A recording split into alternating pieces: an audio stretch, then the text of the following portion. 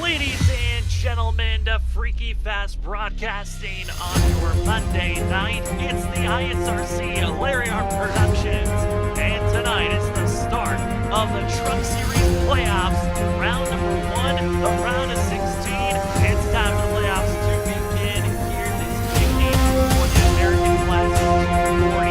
It's going to be a good one. The racing action here at Talladega, it's going to be hot and heavy. Drivers and pack racing, aggressiveness all around, and we cannot wait to give you all the coverage here tonight on Freaky Fast Broadcasting. But before we get too far ahead, we do want to remember today. Today's a day of remembrance, as back in September 11th, 2001, there was a tragedy of the terrorist attack on the United States, and we want to first and foremost just say thank you in remembrance of the first responders that were there helping when the Twin Towers fell and trying to salvage everything that they could back in 2001. Thank you to everyone that helped out back then, and just a day to remember and never forget. Thank you so much, ladies and gentlemen. It is time for the racing action to begin. Practice is almost done, and it's time for us here at Freaky Fast Broadcasting to give you all the action. My name is Sam Dyer. Joining me up in the booth is going to be Zach Hall. Zach, it certainly should be a good one here tonight, the start of the playoffs, and what a race to start it all off. Oh, man, I'm excited. Like you said, what a race that started all off. The 2.66 miles here of Talladega, Alabama. These drivers are very nervous, I think, entering tonight, Sam, especially I think we're going to go over these points and talk about how close some of these gaps are around that cut line, and it's just going to be fun to see what type of mentality certain drivers take into this race to start it off. If they want to go up there and grab stage points, how aggressive will you get? Will others conserve? It's going to be a ton of fun to watch, and I think going to keep us on the edge of our seat all night long. It certainly should. There's going to be a 35-point difference from the top of the board all the way down to the bottom. 16 drivers made it into the playoffs and taking the top spot. And the only driver to have multiple wins this season, it's Mark Whitley in the 77. 3 wins, and he's hoping to grab his 4th. He was the last driver to win here at Talladega, and he's hoping to lock himself into the next round with a win here tonight. Second, going to be Christopher Norris, who came off his Daytona win to start the season off. One of the hottest drivers when you look at the stats, most consistent of everyone. Third is Trenton Jump, the Season 2 champion, almost the second champion of the ISRC Truck Series last season for Season 4, but came up shy. We'll be starting third in points. Fourth in points is Aldi Fonseca, and the 24 just came off of last week's win at Richmond. He's the driver that's trying to carry the most momentum into the playoffs. Carrying a ton of momentum into the playoffs for sure. And Nick Crawford in 5th, the defending series champion. He's trying to get his season rolling. Hasn't got a win up to this point. He would love to kick it off tonight with a victory for himself. Just below him is going to be his Snowy Desert Racing team in 6th place of John Forbes entering tonight here. John has been having a pretty impressive into this season here. You know, went through that phase of getting suspended there, missing a few weeks, came back, got a victory, and from there it's been kind of upwards for that 11 team. And then you look down even farther, it's his next teammate of Cody Reed in the 7th position. That Snowy Desert Racing team sticking right around each other, all 4 of them in those top 7 positions. So that team's going to be strong. Watch for them to work together tonight and see if they can get some points. But 8th, we got another champion, Danny Cochran. He's looking to finally maybe get that push back into those final few rounds. Tonight could be that essential start for him to get it going here. Being 8th in points, 1 victory on this season for him. He's got a ton to look forward to. Then we got a group of drivers that are coming back. For some, their second attempt at the playoffs. Others for their first. And 9th in points coming into tonight, going to be Joshua Kanata. 10th is GT Irizarry. Both had great runs last season, but weren't able to conquer their way into the next round of 12. Can they do so here tonight? Malik Kuntz and tied with 10th in points with GT Irizarry, a driver that won early in the season, but his luck has been wavering back and forth, trying to find that consistency once again. And the last driver inside of our top 12 and is the cutoff driver, it's Kyle Rochelle, hoping for a solid run. And one of the drivers, I would say, again, consistency. The lower we go down through this board of drivers, that is going to be the word that we say the most often. Is definitely looking for consistency for these drivers for sure. And the final 4 drivers all tied at 1,000 points, coming in with no playoff points to their name. It's going to be tied for that final 4 positions, and they're going to be looking to get into that cut line and move ahead of Kyle Rochelle and get up into that top 12. That's going to be Ryan Bird, what a season he's had. He's had some great highlights at the road courses. He's going to need to pick it up here on these ovals heading into this round. Logan Brakey, a past playoff driver, looking to maybe move on to that second round. He's also tied back there with those positions. Tyler Dingler along with him. He's had a consistent season getting those top 10s, unlike the season before. Looking to maybe be that dark horse that could move on to that second round and really be making a name for himself, along with Ryan Ferraro. A great job by him by making the playoffs, and he's going to be right in the mix too with Tyler Dingler to maybe be that dark horse driver that is that Cinderella story, kind of like we had last season with the 11 of Matt Upbrook. Yeah, Matt Upbrook was the beautiful Cinderella story that we got to have last season. Made it through the round of 16 into the round of 12. Wasn't able to get any further than that. But Matt Upbrook not able to make the playoffs this go around, but will be racing here tonight as the field has grown, and it's going to be top of the board 38 machine Christopher Norris that is top of the board. Ryan Ferraro going to be in second, Nick Crawford in third. Looking to try to take the full award though. Watch out for the 77 of Mark Whitley. He's on his final lap as John Forbes as well, finishing his first lap. Where will the 11 start out? It looks to be just one lap for John Forbes, second place for the 11 machine. Great times from the Snowy Desert Racing team, showing what they've done. They stayed around each other when they came to points. Now they're staying around each other when it comes to the qualifying times. Mason Cassidy here crossing the line for the 17 machine. That's going to put him 23rd on the board right now. So right now, last of the cars to take time, and looks like right now you got 3 Snowy Desert Racing cars in the top 4, and then the 4th one in 6. So those teammates have figured out qualifying this week. Mark Whitley on screen, changing up the colors, and open the new scheme is going to get him into the pole position on the apron, try to minimize the amount of length that he's got to travel here at Talladega. Cross the line, 77, will it be top of the board? And it looks to be not even close, 15th for Mark Whitley. The two-time pole sitter here in the past will not get his 3rd of the season. Instead, we'll have to settle for 15th currently for Danny Cochran. Looks to be 25th fastest as qualifying is done. Shocking to see where some drivers line up, but it might have been a decision of positioning wise on how you want to position yourself to start this race off. As qualifying is done, practice is over. It's time for the American Classic 240 presented by Larry R Productions to get underway as it's your Orchid Moon Tattoo Studios qualifying results. Go to Orchid Moon Tattoo Studios on Instagram. Check out their wide selection of full-color custom tattoos, prints, paintings, stickers, and more for your selection. Taking the pole award, Christopher Norris, the 38, trying to carry his momentum with his teammate of John Forbes in second. Ryan Ferraro, the biggest underdog coming into the playoffs, going to be in third. Nick Crawford, fourth. Eric Stamp, fifth. Cody Reed, sixth. That of Tanner Johnson showing up for a couple of one-off races this season. Part-timer going to be in seventh, with Mark Morales, eighth. Ninth is Trent Jump, and Joshua Kanata going to be your starting top 10. Starting in the 11th position, it's the 8 truck of Noah Steele. Alongside him in 12th, it's going to be the 6 of Justin Smith. The drivers coming in here on the cut line tonight will start 13th. That's Kyle Rochelle, a driver looking outside and under that cut line. That's the in the 14th position. That's the 29 of Logan Brakey. Mark Whitley coming in with the points lead. He'll start in the 15th position with GT Irizarry just above that cut line, starting in 16th. 17th is going to go to 7 of Cody Smith, with Blake Hoppy starting 18th. 19th is going to be Millie Kuntz making the playoffs here this season, along with Ali Fonseca, another playoff contender, rounding out the top 20. The last couple of drivers to talk about: Tyler Dangler in 21st position. Dakota Moniz, who missed out on the last couple of races due to prior obligations, missed out on the playoff. 5 is here, trying to get back to victory lane in 22nd place. Tyler Horn in 23rd. Ryan Bird starting deep with Danny Cochran in 24th and 25th position. Mason Cassidy, the best of the rest, going to be in 26th, with Joshua Freed 27th and Matt Upbrook in 28th position. 28 drivers going to be starting here tonight, and the different strategies.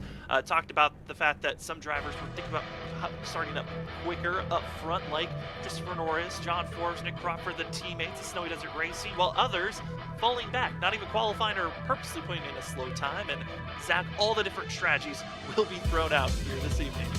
They really will. I mean, it's interesting to see the positioning. Like you said, I think a lot of these qualifying times are showing where drivers want to qualify. You had the likes of the 2 and the 17, 2 teammates qualify back there. You know, Danny Cochran wants to be up in the mix, but how much does he really want to be up in the mix is the question, because I think you're going to have plenty of opportunity to pass here tonight. This truck package usually tends to be very, very, close racing and very big runs that are generated from each truck from the pushes that you want to do. So I think passing will be there and be available. So some drivers are going to be willing to drop farther back here and ride, while it looks like Snowy Desert Racing, they're going to look to lead this field and be ahead of the wreck if it does happen. So two different mentalities. We'll see which one wins out here tonight.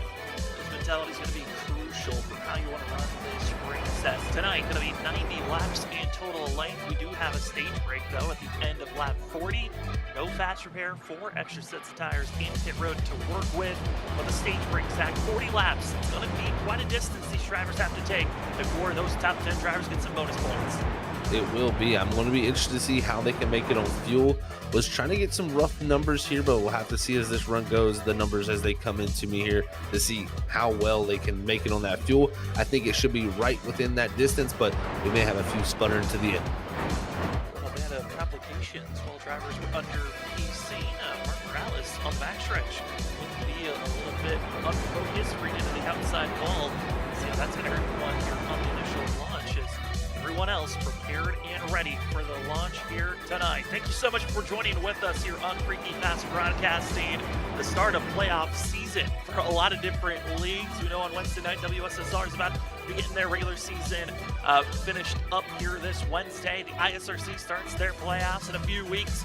We're going to be having Tuesday and Thursday start with the playoffs as the pace car is entering pit road. The drivers with the longest anticipation as they go through the tri-oval. They have to wait till after the tri-oval is over before we can go green. But up front, it's the teammates from Snowy Desert Racing. It's Christopher Norris, John Forbes hitting the green light. It's time for playoff action to start up as our front two roar down into turn number 1. Great start here from the front row. They're going to be side by side. It's really 3 rows deep before you're seeing the first car really duck out. That's the 23, I believe, Tanner Johnson jumping up to the outside line, but it's going to be John Forbes beside his 38 teammate of Christopher Norris up front for Snowy Desert Racing. As the front row trying to get themselves pulling away, how do you want to even attack this run? As the teammates going to be lined up on the outside, that's John Forbes, Nick Crawford, and now Cody Green also making a march on the outside. John Forbes drops down low, and now it's Snowy Desert Racing. 2 cars loaded both lanes as they're trying to lead lap number 1. It looks like John Forbes in the position to take this first lap. Very interesting strategy from the Snowy Desert Racing team here we're getting to see. And this is what I love to see sometimes. You can see where some teams will line up all 4 trucks on one single line. Looks like they're taking the approach of taking 2 lines away by having 2 trucks in both lines. I kind of like this because you can control the field a little bit more if you have control of both those lines. If Nick Crawford does get clear of this 11, it'll be interesting to see if he jumps down or they try to keep this formation of 4 trucks side by side. Lap 1, get the bonus point to Nick Crawford by 6,000ths of a second. And it is going to be the 74 marching on the outside lane. There has been some complications throughout the field. Reports Logan Breaky having some internet issues. He's hoping that will get cleared up as he's falling out of the back middle of the pack. Everyone else staying side by side throughout the field. And Ryan Ferraro, Mark Morales going to be the 3rd car in line for both lanes, trying to make their way forward. And looking at the non-playoff drivers, Zach, this is going to be interesting on how they want to run tonight's race with Tanner Johnson running out there, not a regular driver. You've got, some drivers, this is their one race they sign up for that they know, hey, I could potentially win this race. We get back to season 2 where we got to see the likes of John McAdams getting into victory lane. In season 1, it was Dakota Moniz. This is a race that gives you the opportunity to get into victory lane. We have definitely seen some big underdog victories here at Talladega in the past, so I wouldn't be surprised if that happens once again. And that's why some drivers would like to come out here. And not only that, someone like Tanner Johnson, he can come out and even help his teammates of Trenton Jump and Logan Breaky, who are trying their best to move themselves on. So just having that extra truck out there, the extra helping hand, can be a huge factor because numbers a lot of times win these Talladega races. If you can be able to have the people to work together, you can position yourself to put yourself there in that spot to make the choice coming down to the end of the race where you can be if you want to win it. And right now, Snowy Desert Racing, 3 trucks on the bottom. Now Cody Reed laying down outside line. I'm sure it's no time soon he'll be jumping down in front of him. Crawford and Mark Morales giving a push. The one machine always putting in the work and effort each week, trying to develop and get faster at these super speedway tracks and many of other tracks. But looking at this way this field's running, a lot of the drivers on the inside lane and almost breaking into a second pack trying to give space to the field. And the outside lane only having about out of 8 drivers in line, looking 8 to about 9 drivers trying to work that outside lane to figure figure out, do we want to move forward or just settle in on where we're at? It seems like that tonight a lot of people are just settling in right now, Sam. So it is very interesting to see the mentality. That was the one thing I wanted to see. I watched practice for a while. I've seen a lot of 3 wide action, so it can happen. We can see the third, maybe in a fourth lane be utilized here tonight. But right now, looks like everybody's in the mentality of just make some laps. They want to get to this stage and then dice it up after that. But I think at some point, as drivers, they'll get a little impatient. They'll start to jump out. As we're starting to see some action there. Whoa, that was close between that top groove up there. I believe that was Noah Steele. Noah Steele not liking the run the 6 machine and Justin Smith was getting, trying to put a block on, and now weaving back and forth from the third lane to the middle lane, and that aggressive move almost took me taking out GT Rizzari and losing momentum both for the 6 and the 8 machine. Now we're in the middle of this groove, now put him in the tail end of the outside lane as the 7 to Cody Smith trying to pick and choose where to go. It's himself and Kyle Rochelle making some slight contact. You see on the bottom of the screen, the 21 and the 7 not being happy, battling for 15. Very slight contact there, but like you said, I mean, it was contact. So that's something you don't want to see the super few at these highest speeds, because that can lead to more extracurricular activity that you really don't want to be involved in as they keep it straight, especially for Rochelle, who's a playoff contender. And I mean, we've seen it already, a few non-playoff guys making some aggressive moves. It can just be that one move that someone else makes in front of you that really takes away your day. That's why I think a few trucks are really dropping towards the back and kind of falling farther and farther back on that inside line, because they see a few of these guys on this outside line kind of jostling back and forth. Right on board with that at 49 of running Bernard. Radford wasn't even grabbing the bonus points. He was over the playoff points throughout the season. Had a very strong regular season. He was 49, started 9 races, had 2 found 5s, 4 top 10s. But is going to be one of those drivers with no playoff bonus points. So he's starting at 1,000, but luckily for him, only 2 points off of that cutoff position of Kyle Rochelle for the 12th place position, and only 5 points off for the tie of 10th place, which is already really. So this 49 can have a strong run, be able to find himself maybe be inside of our top 12 heading into next week as the drivers get ready for the 09 Atlanta. But first, they got to survive this run. It's Mark Morales, as well as Joshua Kanata and others on the outside lane, bouncing back and forth, and still it's the 8 and the 6, making some daring moves at the tail end of this outside lane. They are dicing it up back there. They're taking big risks and trying to go forward, but it just seems like they make 1 step forward and then it's 2 steps backwards, so it's not working out for them. But Martin Morales doing a great job holding this top groove and leading the way up there as he's been able to pull up alongside the Snowy Desert Racing team, just not able to get clear yet, but you also have the help of Joshua Kanata there. We'll see how this group here continues to work. As Steele again in the 8 and the 6. Those two just keep going at it here. Justin Smith and Cody Smith, they both have been very much on the aggressive side of things. This is their first time really being able to battle up front inside of the top 15 for most of the season. They have been basically battling for a top 20 finish. And with the speed they're showing and aggressive moves, I would say they're not waiting for the end of the race to try to get up front. They want to make the move now, and maybe breaking a little bit of Rule 1, one push the pusher at this current moment. It was getting a little bit dicey there for sure. That was on the marginal side there of pushing for sure, as it's getting stacked up now on that top groove as drivers continuing to try to get those runs. And the thing is, it's too wide right now. There's a lot of people just trying to ride. So when you're that driver out there trying to make something happen, it's tough to get something to work because everybody else is just being very lackadaisical and just holding the groove. There's nobody really, helping you when you go to make these moves. So again, that's why I say a lot of times they're making these moves and it's 1 step forward, and then all of a sudden it's 2 steps back because they have no help. 6 bobbing and weaving, almost contact down to Eric Stamp in the Armadillo's machine. The middle lane just cannot find a smooth run. Our top 3-4 drivers have been looking pretty smooth on the outside lane. That being led by Mark Morales, then having Joshua Kanata and switching up the colors instead of the purple, going with the green. Mark Lee has moved up now to 3rd driver on the outside, and GT Rizzari. Those 4 drivers have been doing a great job. A pit road is getting busy. Everyone's cycling in, and it just fanned out in an instant. No call over the radio. It was a group effort. It's time to enter pit road. That was really cool to see right there, man. I love when you get those pit stops like that at super speedways. It's always a magical moment, and it's going to be very interesting to see how the strategy works out for these drivers. They feel like they can't make it around on that pace lap to get back to pit road. I like this call and just going ahead and hit pit road if you don't feel confident, but it's 4 wide up front now.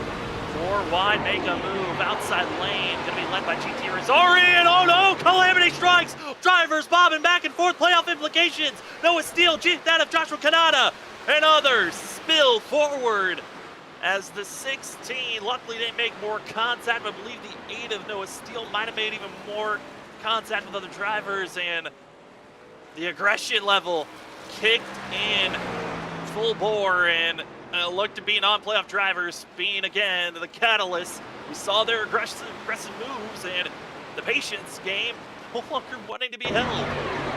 Definitely was not being held for sure. As you can see, this group 4 wide down the back straightaway. Kanata in that green car right there.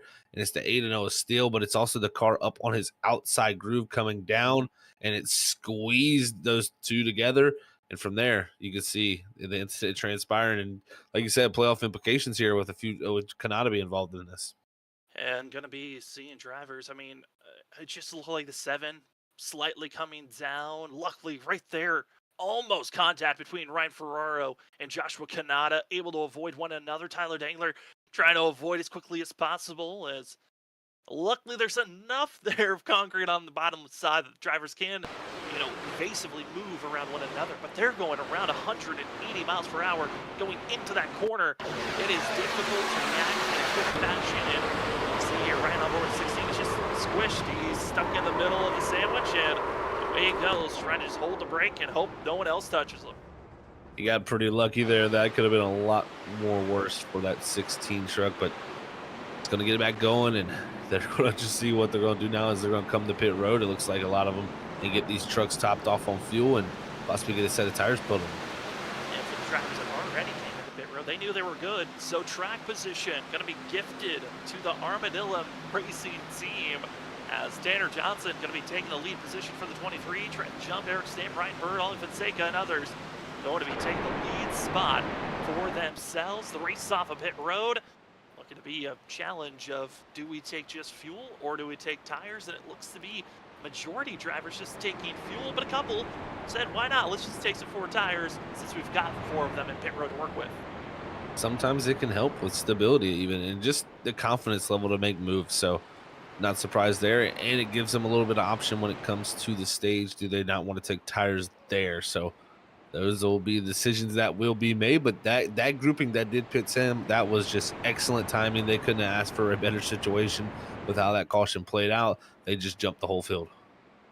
And looking at the field, the drivers that are exiting pit road now, getting some extra damage repair. Joshua Kanata has just left pit road. Noah Steele's about to be leaving.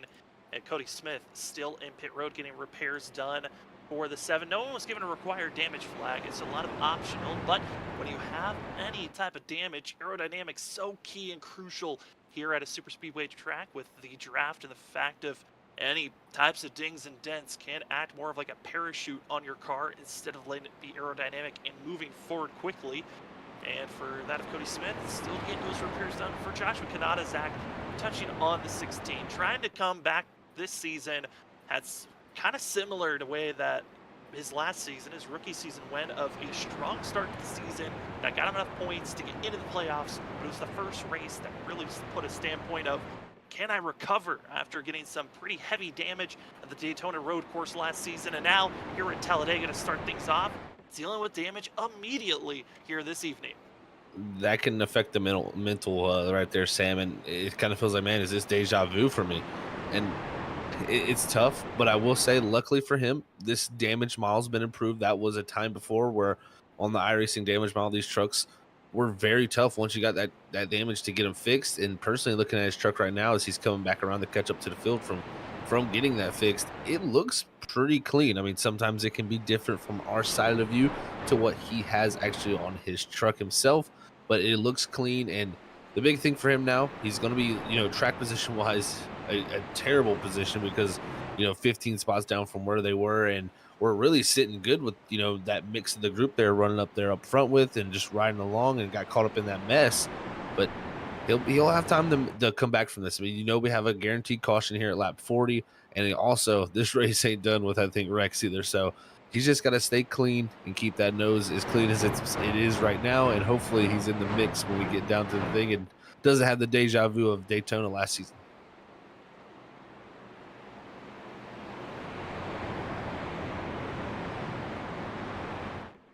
as they're catching up to the field. And the pace car right here is Tanner Johnson leading the way in the field as we're under our first caution of the night as Trenton Jump is teammate of Eric Stamp, also the 3 there of the Armadillo Racing teammates right there. Their teammate Logan Breaky back in 8th. It's going to be this grouping in this front group that all pit on that lap, or sorry, 4 laps of go and 2 laps ahead of that caution when it came out. So it's going to be the first 10 trucks here that have hit pit road 4 laps ago. Then from Mark Whitley on back, it's been an interesting decision on who took 4 tires, who took 2, and who tried to keep track position. Is going to be trying to fight forward here to that lap 40 stage as we get ready to close into this restart.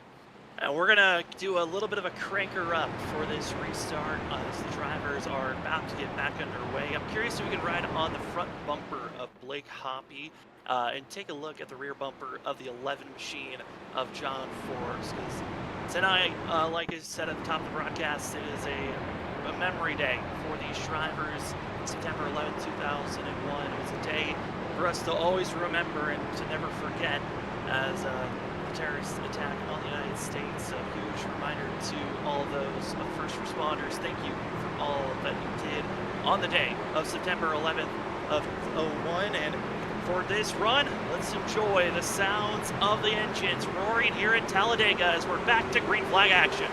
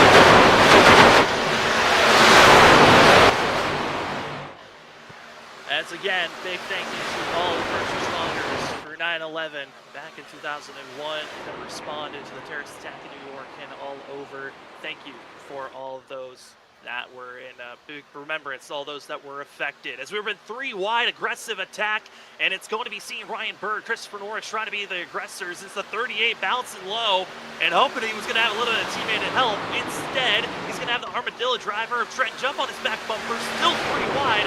And Zach thought maybe the aggression level would have cooled off after that first caution. Instead, it's ramped up to a completely different level. I completely agree, Sam. I thought it was going to cool down a little bit until at least we got farther into this run to get to that stage. But these drivers are wanting track position. They're fighting tooth and nail, and they're risking it right now. I mean, you got guys like Trenton Jump and Christopher Norris who are coming in here very well off on points here tonight to that cut line.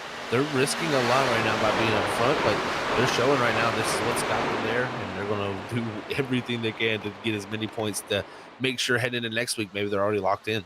And the amount of non-playoff drivers might be another reason why the aggression level is kind of kicked into another gear of, hey, if you can gain some massive stage points before this race is over, you can have 4 day and still recover. As Christopher Norris and Trent Jump parking that outside lane. Inside lane going to be led by the part-time driver of Tanner Johnson, owner of the Armadillo Motorsports team. Able to run on whenever he can, and excited for tonight's race was the 23. Most likely would like to help his teammates of Logan Brinky and Trent jump into victory lane, but why not lead a couple of laps here tonight as Christopher Norris now takes the point on that outside lane. Back to the lead, sitting on pole, back out front for the 38. That was aggressive because that grouping came from the middle of the field. They did not, they had the pit there under that caution. So the 38 got really aggressive with his teammates around the outside, but now he's going to have a majority of the Armadillos racing team right here behind him down the back straightaway. But making the push and the shove, and now dropping down low together, it's Danny Cochran, Trent Shove, leaving Justin Smith on the outside with GT Rosario. Big wiggle for the 6 machine, and that was right in front of the 24 Ollie Fonseca. In the plate, 24 was trying to avoid any damage, as Ollie's been quiet so far here tonight. But that 24 coming off the win last week at Richmond, hoping that momentum can get him another solid finish here tonight, so he doesn't have to worry about the 2008 configuration of Atlanta next week. Well, in Atlanta, I think will be possibly very strong for him because we look back to that race last season. He led the most laps in it, so it was a very strong car. Lost it at Trenton Jump late in the last pit cycle. Just got a little bit too overzealous with the tire wear and just couldn't make it work. Well, I think he'll be a threat there next week, but if you can go out here and win tonight, that'll make it that much easier at Atlanta, and maybe also build up some more bonus points heading into the next few rounds as he's going to jump to the inside here and try to take the lead from GT Rosari. And we had to be careful. 4 drivers were partly on the apron. Driving below that yellow line is legal. You can make passes under that double yellow line, and drivers got aggressive there. Ollie with probably one of the moves of the day so far, bouncing to the bottom, now having Noah Steele on his rear bumper, but the 24 is going to go majorly defensive because he's got a grouping of teammates that are ready to swamp behind the 24 machine.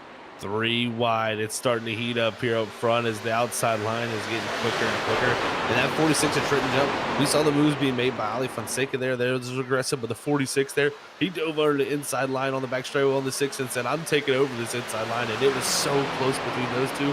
Watch for this 46 to make a move like that once again. I mean, we look back to Daytona, what started the season off for this season 5 running of the ISRC Lariat Productions Truck Series, and Christopher Norris ultimately got the victory. But Trent Jump, probably the most aggressive driver that night to start the season off, was willing to go high-low, destroy his car, get into other vehicles.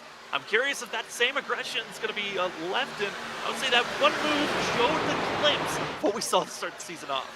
It definitely did show that glimpse of, but I think he'll be a little bit more reserved tonight, knowing what's on the line. He wants to go back and win a second championship at ISRC, and getting involved in a wreck tonight and having the result he did at Daytona is only going to, sour that positioning for him. So we'll see how he can work it out here tonight. He's definitely an aggressive driver, but I think he's going to be reserved enough to know what moves will work and what moves will not. As we are halfway through stage 1 of this race, stage break of the end of lap 40, top 10 drivers get bonus points. Win the stage, you get 10 bonus points. You get second, you get 9.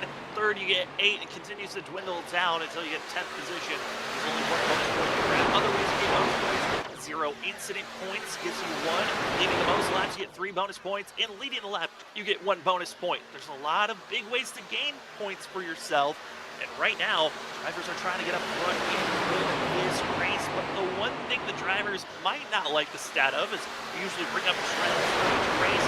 If you led the most laps, that driver has not won here at Talladega. This has been the season of breaking trends, but maybe it's the driver that's up front the most that gets into victory lane.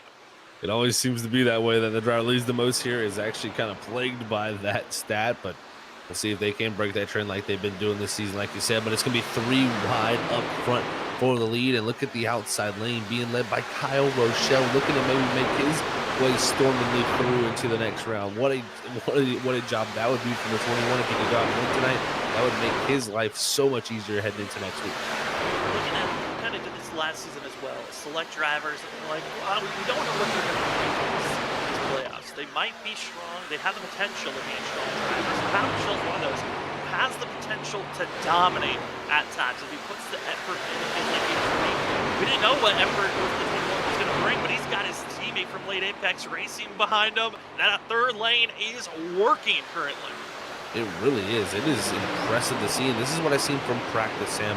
I watched it and I was like, oh, this race is going to be dicey. We've seen before, 2 seasons, or the second Talladega race they ever ran, in the series is Oh on the no! Cody Smith. Cody Smith just took out the field! The 7! He wrecked the field! Oh my goodness! The lap car, instead of going down on the apron, he just wiped them all out! The field is done and dusted! Only 3 drivers made it through! Oh, man. We talked about drivers having an effect that are outside the playoffs. Well, that just changed everything and threw it upside down because that was very awkward, Sam. This 7 way off the pace there, getting caught by the field. They're 3 wide. Really nothing for the field to do. I mean, they'd have to really just stop if they wanted to get around the 7, and it was just in the way. That is one of the worst moves you can make as a driver. And I would imagine the 7 will not be back next week. That is absolutely just, I don't understand that move at all. I mean, exactly, he's so off the pace. He is running a total of 6 seconds slower than everyone else. That's slower than if you were at full speed driving by yourself.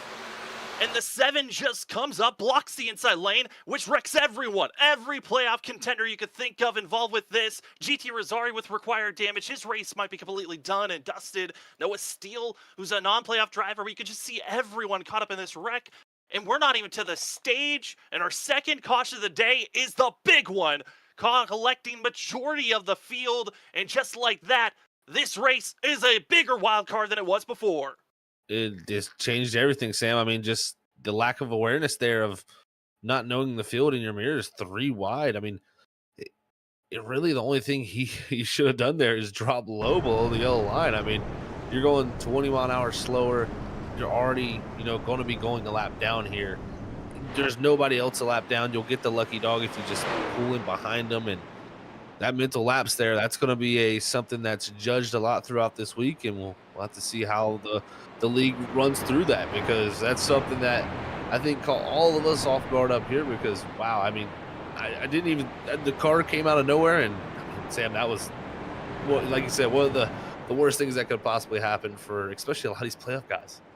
I mean, I saw how slow he was. I thought maybe he would back off his pace. He was already going to go a lap down, maybe stay on the apron, let the field go, then move back up. He's the only driver by himself. The rest of the field is in that grouping, and instead – makes a boneheaded move, stays down low, blocks Ollie Fonseca on the inside. For some reason, Ollie was trying his best to avoid the 7. There was no way you could predict that driver's going to make that move. And in an instant, a major factor and a major collection of the field is now in pit road with heavy damage. Ryan Ferraro, heavy damage for himself. One of the playoff contenders. GT Rosario required damage. Ollie Fonseca, Danny Cochran in pit road getting damage repaired.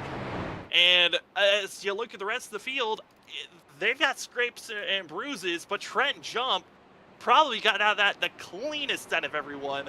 And now the rest of the field's got to be thinking, how much damage are we dealing with now? And can we even fight this 46? This is crazy to see. I mean, you look at the 46, he's clean. The 38, somehow, he looks like he's somewhat clean making it through it. I don't know how a few of these guys scathed through it, but those are 2 drivers that had big points leads coming in here with the playoff points they had built up with bonuses throughout the season of the regular season. And now they're sitting in a great spot now to move on to that next round and really just build the points here. And hopefully if enough of these guys that have been involved in this drop farther back out and lose points to them, they might even be able to lock themselves in tonight with just points and really just have a carefree Atlanta and worry about the next round where we have a road course where I think preparation is going to be key. You can just move on to that next round. That's going to be huge for someone tonight. Massive incident that none of us, we knew the big one. It's not an if, it's a when, but not in that fashion. Could you have predicted an accident to happen? As the field, as the majority of them have come into pit road, gotten service done of damage repairs, and it looks to be our first official DNF of the night. I mean, Noah Steele in the 8, who originally was having the bickering issue with the 7 of Cody Smith. Well, I guess Cody Smith gets the last lap as the 7 is done and dusted. But up front, stacking up, Trent Jump, Christopher Norris, Logan Breaking, Matt Upbrook, Dakota Moniz, Mason Cassidy, the 11 of John Forbes in 7th, Cody Reed in 8th and 9th, and Joshua Kanata, who was caught up in that first incident. He's now back in the top 10, and Nick Crawford, last season's champion, in 10th position. Surprise, surprise, the field has been shaken up massively. And we talked about Cinderella's story last season, Matt Upbrook. Well, he might become one of the biggest ones here tonight, as he's fourth currently on the field. He really could be. I mean, hey, didn't make the playoffs this season. Couldn't be that Cinderella story there, but can be a first-time winner here. And Talladega's just produced that. I mean, like we said, we've had two drivers in the past that have got their first victory here, Dakota Moniz and John McAdams. So who can also pull it off here tonight? It's anybody's game, especially after that wreck. I mean, we'll have to assess some of the speed of these trucks when they get going back up the speed, because sometimes damage can be fooling to them, and this damage model's a lot better when they can get them at least worked back in and fixed. It's interesting to see who has the speed and who doesn't. Well, that will be our second caution. If you look at the trends in Super Speedway races, it's usually anywhere from 4 cautions to around 7 is the window of cautions that this league has had throughout a race. That's 2. Our third for sure is going to be our stage break at the end of lap 40, which is still on the line. Major bonus points can be grabbed. And like you said, we'll have to wait and see and assess on this restart. Where is most of the field on pace? We're going to see a restart failure because drivers are so damaged.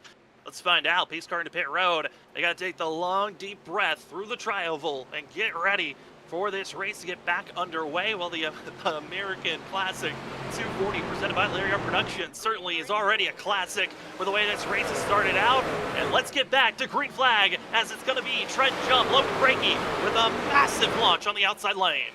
Teammates timing that restart area to get the big jump is now that outside lane's going to drop down, and Dakota Moniz is going to take advantage of that also and drop down into 5. He wants another victory here at Talladega from the past, and a great plate racer he is. We'll see what he can do to mix it up with this group up front.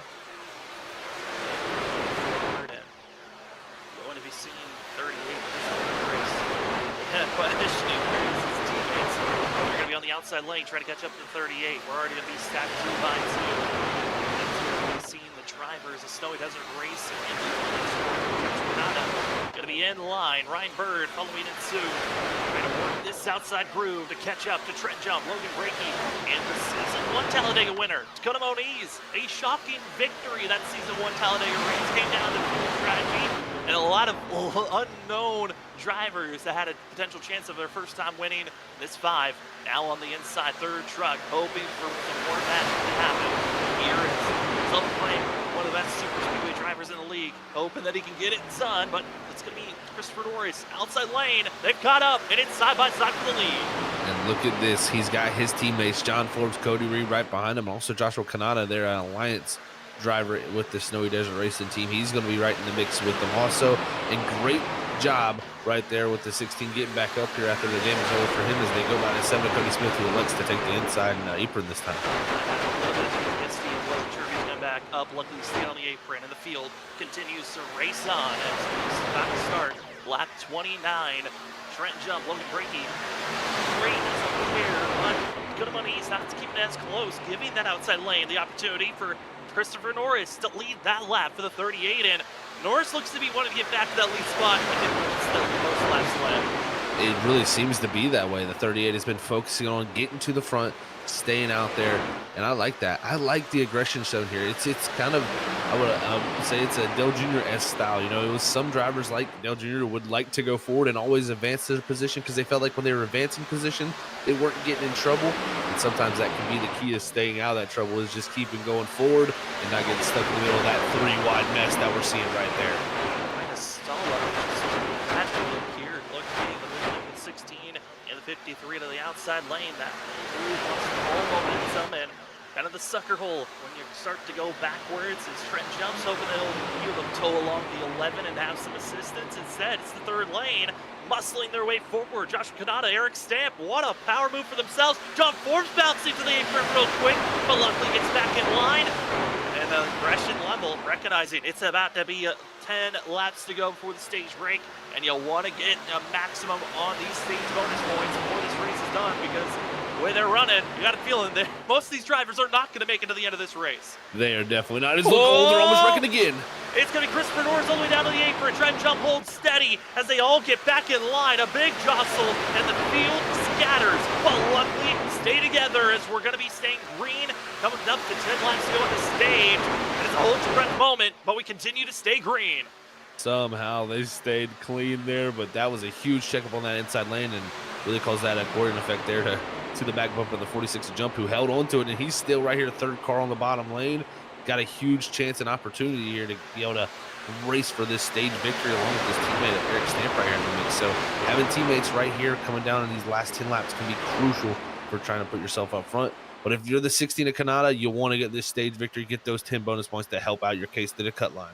Big move, big jostle, and a lot of drivers that were just involved with the big one, able to be up inside of our top 5. Brian Ferraro, as well as Danny Cochran, Eric Stamp, all were in pit road for over a minute and a half of getting repairs done, and they're all inside the top 5, putting on a show. Their race is not over. They need the points, and they're tackling up front. This just shows you the improved damage model from iRacing here on these trucks that has now fortunately come even to the Xfinity car just recently. So iRacing always improving that model, and seems like these trucks are able to get much more fixed back up into shape and always have speed. As right now we're starting to form a third lane once again as Malik Kuntz is getting aggressive up the middle there in the 98. Doesn't want to just follow in line. Instead, he'll make his own path, pushing the 38 machine to the outside. Tanner Johnson might be giving a little bit of assistance. It looks like for Ryan Ferraro, he might be falling backwards quickly if he doesn't get help as fast as he would hope. And Malik Kuntz, the 98 machine, I would say tonight's more of a settle in, get some good points for yourself going into next week. Maybe he's got different mentality set up for tonight's race. I mean, I got a feeling, Zach, tonight, if you win the playoff drivers, you're locked into the next round. You don't have to worry about next week at Atlanta. I feel like they are all already thinking that this is the white flag with the way they're racing. They are. They're risking everything already, and that's why I think this race is going to get very mixy coming down to the end, because you can only make these aggressive moves for so long and it keep working. At some point, something is going to happen. The checkup's going to come, and the accordion couple roads back is going to cause a huge incident, and we're going to have a few major playoff drivers involved in it. That's going to have major implications. So right now, that's why they're fighting so strong. They want to get these stage points, so if something does happen later in this race, it at least gives them something to back up and give them a bolster of points, even though they finish this race out bad. Oh no! Trouble as it's up front. Once again, the big one strikes the inside lane, completely stacked on top of one another. And it is another calamity striking for the field, our third caution of the night. And the stage isn't over just yet. The way this is lining up, Zach, we might have a 3 to 4 lap shootout to finish out stage number 1. We very well might, Sam. I tell you what, this is not surprising for me. The pushing level has been very, very aggressive. You see the 16 of Canada up front, a little bit of wiggle back and forth left there on the nose of the 53 of Stamp, and that's just going to cause him to go around. And you got Danny Cochran who's involved in this wreck once again. You see Chris Flores catching a little bit of the nose of Martin Morales. It's just these drivers now saying, how much is this damage going to pile up? Because again, these components do weaken on your truck, so the more wrecks you're involved in, the worse their damage is going to end up being. As the field races get into pit road, maybe they need a break, and this might help settle them down. We're going to take a quick break for ourselves, and we'll be back in just a few moments. Thank you so much for joining with us here Monday evening. It's been a crazy one already. 2 big ones striking here tonight for the American Classic 240, presented by Lariat Productions at Talladega, the start of the playoffs for the ISRC Truck Series for season number 5. We will be back right after this.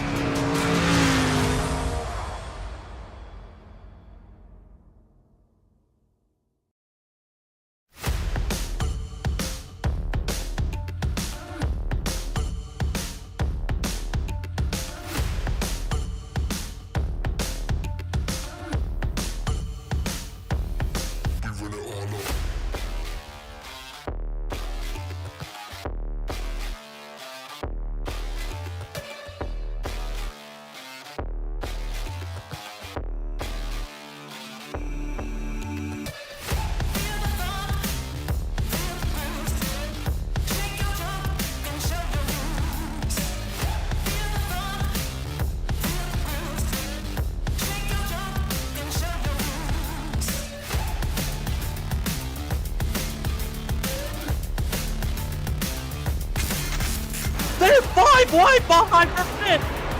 Oh my, the 5 wide here, this ain't gonna work. They make it last, bumping and banging to the end. They're beating banging for the lead. Sora still with the shot here, coming off a 4. That's it.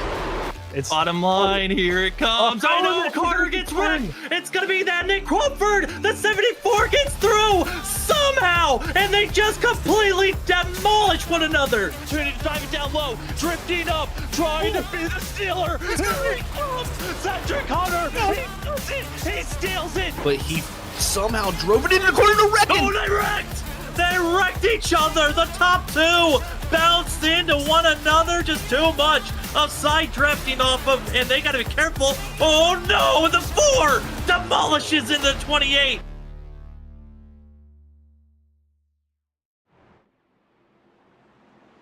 Welcome back, ladies and gentlemen, to the ISRC Larry Productions Truck Series. It is Season 5 playoff race number 1 for the first round, the round of 16.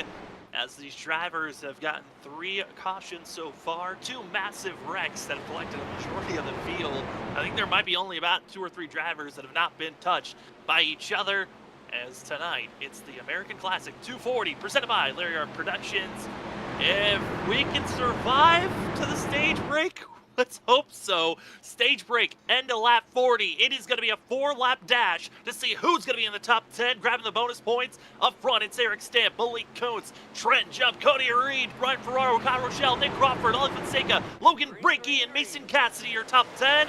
As the green flag is out, it's the Armadillo Racing teammates in line and taking off as we are a go. Another great jump from the Armadillos team there as they jump down to the bottom of Kyle Rochelle. And we talked about aggression before. Well, watch this mad dash to the end of the stage. There it is, already jumping out to the outside. It's going to be the 98 of Malik Coates trying to make action, but it's going to be the 46 of Trent Jump blocking it, and you can already see we're not even near the end yet, and they're going for it. Trent Jump trying to block every lane possible. We're 4 wide. It didn't work last time we were 4 wide. That's what brought out our first caution of the day, but they continue to stay stacked side by side, and it's Mason Cassidy somehow slipping through after a slight tap between himself and Jump, and it's Ollie Fonseca caught up in that massive wreck, ran right into the 7, now leading this race. Fonseca with the push from the 17. Huge run for them down that back straightaway, able to get this lead. And through the tri-oval now, it's going to be the 53 Eric Stamp. He's going to have the help of the 21 Kyle Rochelle, but it's Cody Reed, the 25, who was maybe thinking about making it 3 wide, but they're going to settle in behind this 17 and push that outside groove. 3 laps to go, and it's kind of a sensation of if you're going to make a move, you've got to make sure you've got... Oh no, Ollie! Spun off his teammate's nose! Another massive wreck of the exit turn 2! We have seen this now. This is the second time we've seen this wreck in the middle of the corner, and seems like getting very aggressive with the bump draft in the corners here, Sam. That's leading to this. And that will be the stage. Malik Coates going to have required damage. Eric Stamp, blown engine is done. And what is the extent to the 24 of Ollie Fonseca as he finds his front bumper dealing with more damage? And once again, that bump exiting the corner. And again, trying to give a bump. But Zach, this has been a known thing for years now. Bumping in the corners with these trucks is such a danger. And like that, the teammates wipe each other out. What it is, it's all about timing your pushes. You want to be able to run, give that efficient push to somebody, but you can't do it through the corners. If the timing is in the corner, you got to back out and reset that timing to try to hit them down the straightaway. And we're just seeing a lot of aggressive moves, and all it takes is the wrong push, and you're sent sideways. And Eric Stamp now, without no shot to help his teammates here tonight, he's going to have the required damage. And I believe from all of that, Kyle Rochelle going to win the stage there, Sam. Huge moment for that 21 who came in here 12th in points on top of that cut line. That is a great job for him getting 10 bonus points. Yeah, we're still waiting for everyone to be cycled into the position they need to be in for this stage to count. Again, that's when drivers are going to be entering pit road within that, solid official number of what position drivers are in, because the timing of that yellow, with the way everyone scatters that super speedway sort of wreck happens, You never truly know where iRacing's going to place these drivers, but it looks to be stage winner going to Kyle Rochelle in the 21. Ollie Fonseca going to be in second. Mason Cassidy third. Cody Reed fourth. Malik Kuntz fifth. Sixth goes to Nick Crawford. Seventh goes to Logan Brakey. Tyler Dangler, massive stage points in eighth. Ryan Ferraro ninth, excuse me. And 10th goes to Trenton Jump, as Justin Smith just going to miss out for himself. But all drivers inside of the top 10. All drivers that were needing some massive bonus points. Mason Cassidy, and the bigger stealer of some bonus points that I think some drivers would have liked to grab. Definitely. I think a lot of drivers have been wanting those points for sure. Looks like Martin Morales going to be the only driver other than, Joshua Kanata and Cody Smith also staying out here. But I think Smith is going to be getting the lucky dog. But Martin Morales, Kanata staying out. And it looks like also Martin Whitley winning the race off pit road. So lots of changes here to the lineup. As the field races off the field, getting that bonus point, hoping to grab. Also a little bit of defensive play maybe with Morales and Josh Kanata's play for themselves, bidding on that last caution. And Mark Whitley, Kyle Rochelle will take off here as we're going to be coming up to less than halfway still to go in this race. And Zach, 4 cautions in. I mean, this is crazy to think that we're not even at halfway, and it feels like these drivers still have not figured out how to calm down and make it to the end of this race. And there's still the chance of, if we get into a long green flag run, of green flag pit stops. But I have a sense in the way we're seeing these drivers run, we're not going to get to that green flag pit stop. I highly doubt that, Sam. if we had to make a bet, I think I'd stay on the side of no green flag pit stop here tonight. It's just very aggressive pushing. The truck allows for that, but if you overstep that boundary, you're racing already 3 wide, you get already sideways, and then all it takes is just what we've seen there with Ollie Fonseca and Mason Cassidy, where Cassidy gives the bad bump. He spins down into the 53 Eric Stamp, who's the innocent bystander on that bottom line, and just getting caught out from it. So it's something I think we'll continue to see a few times more tonight, unfortunately. And I think a lot of what's happened too is, as long as you haven't gotten engine damage so far from what I've seen from most of these trucks, it really has been something a lot of them have been able to come back from. So a lot of these playoff guy drivers, even though they're getting involved in it, they're getting kind of lucky because this damage model's been forgiving for repairing the truck, actually. Yeah, I would say one of the few drivers that's probably in the worst feeling, it's got to be GT Rizari, who lost his front bumper. Luckily, has gotten a new one on the 14. Malik Kuntz, and as well, going to be seeing Noah Steele. Seeing that of, Malik Kuntz, GT Rizari, Ryan Ferraro, really dealing with some heavy damage for themselves. As drivers over in pit road for extended time, going to be 15th position, Nick Crawford, 16th, Ollie Fonseca, Cody Reed, Trent Jump, Ryan Ferraro, GT Rizari, and Malik Kuntz of our playoff drivers from 15th to 21st. Mason Cassidy also gets some damage repair, but Eric Stamp still in pit road. And Cody Smith is back out on track after he's been spending all day getting his repairs done after the first caution of the day. Another thing we got to keep in mind here, just thinking back, how many incident points are piling up for these drivers? Because the thing is, there is a DQ limit here at ISRC. If you hit 24 incidents piled up, you will be removed from the race. So that could possibly come into factor. We've seen it happen before here in ISRC history where, a driver has hit that DQ limit and been taken out of the race. So it's very possible that could come down to tonight. And with as many incidents where we're seeing people get through them, get the trucks worked on, get them fixed up, and they're able to get speed again, I wouldn't be surprised to see a few of these guys racking up a good total of incident points. That's a good point. I kind of forgot that was, because there's some leagues that we cover that don't have that incident point limit. They've got unlimited, so we can see drivers just rack up the incident points. But here in this series, there have been races where drivers have been disqualified or have been given a black flag right when they got to the end of this race. And some drivers have been caught up in almost every single caution so far of our 4. This most recent one did count as our stage break on top of being our 4th on-track incident to bring out a yellow. So there will be no more stage racing from here on out. It's all about who's going to get into victory lane. And if one of our top 16 drivers in points find themselves in victory lane, now those 16 drivers going to be those with the purple banner and purple splitter trying to get up front and win this race. Can they get it done?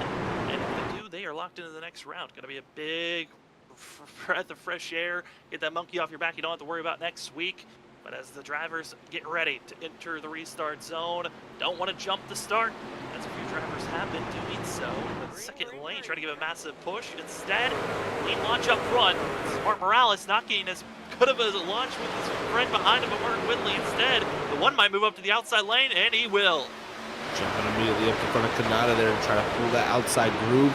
We'll have Kyle Rochelle, that stage winner, up on that top side, but it's going to be the 30 and Christopher Norris somehow finding his way back up here again with the wrecking. No! Mark Whitley, Mark Morales going to be scattering as the one machine hard on the brakes into the outside while everyone scatters. We continue to keep it straight and moving in green, but everyone scattering back and forth. We stay green, and it's now Christopher Norris in the lead position. Oh man, this is getting a little bit ugly here tonight, Sam, with a few bad bumps, but we'll see if they can regain here because the field's so separated now with that incident. It's going to be tough to see who can catch back up. And Mark Whitley, with that contact, required damage for the 77 into the wheel well. He'll have to pull into pit road. Oh man, that is so unlucky. We've seen some heavy hits tonight, but man, the right side damage was just too much. Hopefully just suspension damage for him and not engine damage. It does seem to be, I believe, suspension related because no smoke coming out the back of that truck. So hopefully going to be able to get this somewhat fixed quickly, and maybe we'll get enough cautions to get back in the mix. But Mark Whitley here, our points leader, this is not what he wants to see in the first round of these playoffs. And he didn't come into pit road that first go around. He stays out for an extra lap. That is losing even more time to the field as the 77 is just so frustrated over the radio. He's trying to figure out why were the drivers being so aggressive. We're still not even at halfway of this race, and the 77 is going to have to come to pit road. We keep our eye on it because if Mark does not pit this time, he's going to be forced next go around to hit pit road. We'll have to see here, Sam. Yeah, he needs to come this time. Like you said, he's just wasting too much, and he will be coming again here, like we see, coming down the pit road for the 77 team. And how much time is going to be the question for him. Will he have to sit on pit road here, and how many laps will he give up? This is very, very bad for our points leader tonight. And with that jostle and us staying green, it is now split up the pack. So we've got our top 11 in line with one another up front, and then we've got a second grouping of drivers. It's going to be led by Blake Hoppy as well as Malik Kuntz. They've got some heavy damage they're dealing with, and then the third pack going to be led by Tanner Johnson, Trent Jump, and Dakota Moniz. They're trying to pick up the 31 and the 98, but this is now turned this race into a spot where could this race turn into, Zach, more of a green flag run? Because usually it feels like in the past when you kind of get into these split up packs and pods, that's when we can see some green flag racing. But who knows with these drivers right on top of one another. Is Kyle Rochelle trying to give the big bump to the 11. Here comes the 74, giving the push to the 25, but we've seen tonight, you got to be careful. It looks like they're going to lay off the bumper for now as they come off the exit at 2. They'll keep his two teammates to the inside of him here. Snowy Desert Racing started this race this way. They're back where they were to start it off.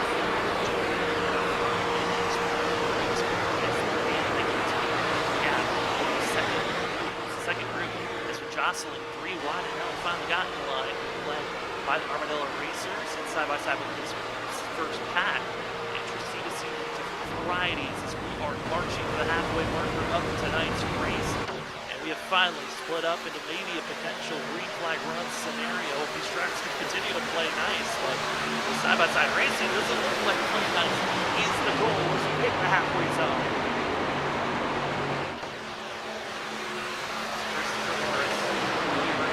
Side-by-side leaders. Nick Crawford really putting on the pressure on the outside. Massive pushes, keeping it a two-man duo, making them showing out. Hey, even if you've got 8 to 10 drivers on the inside lane, you think it's not leaving space, not trying to side draft on the straightaways, and then they go through the corners. Looks like they find their slot.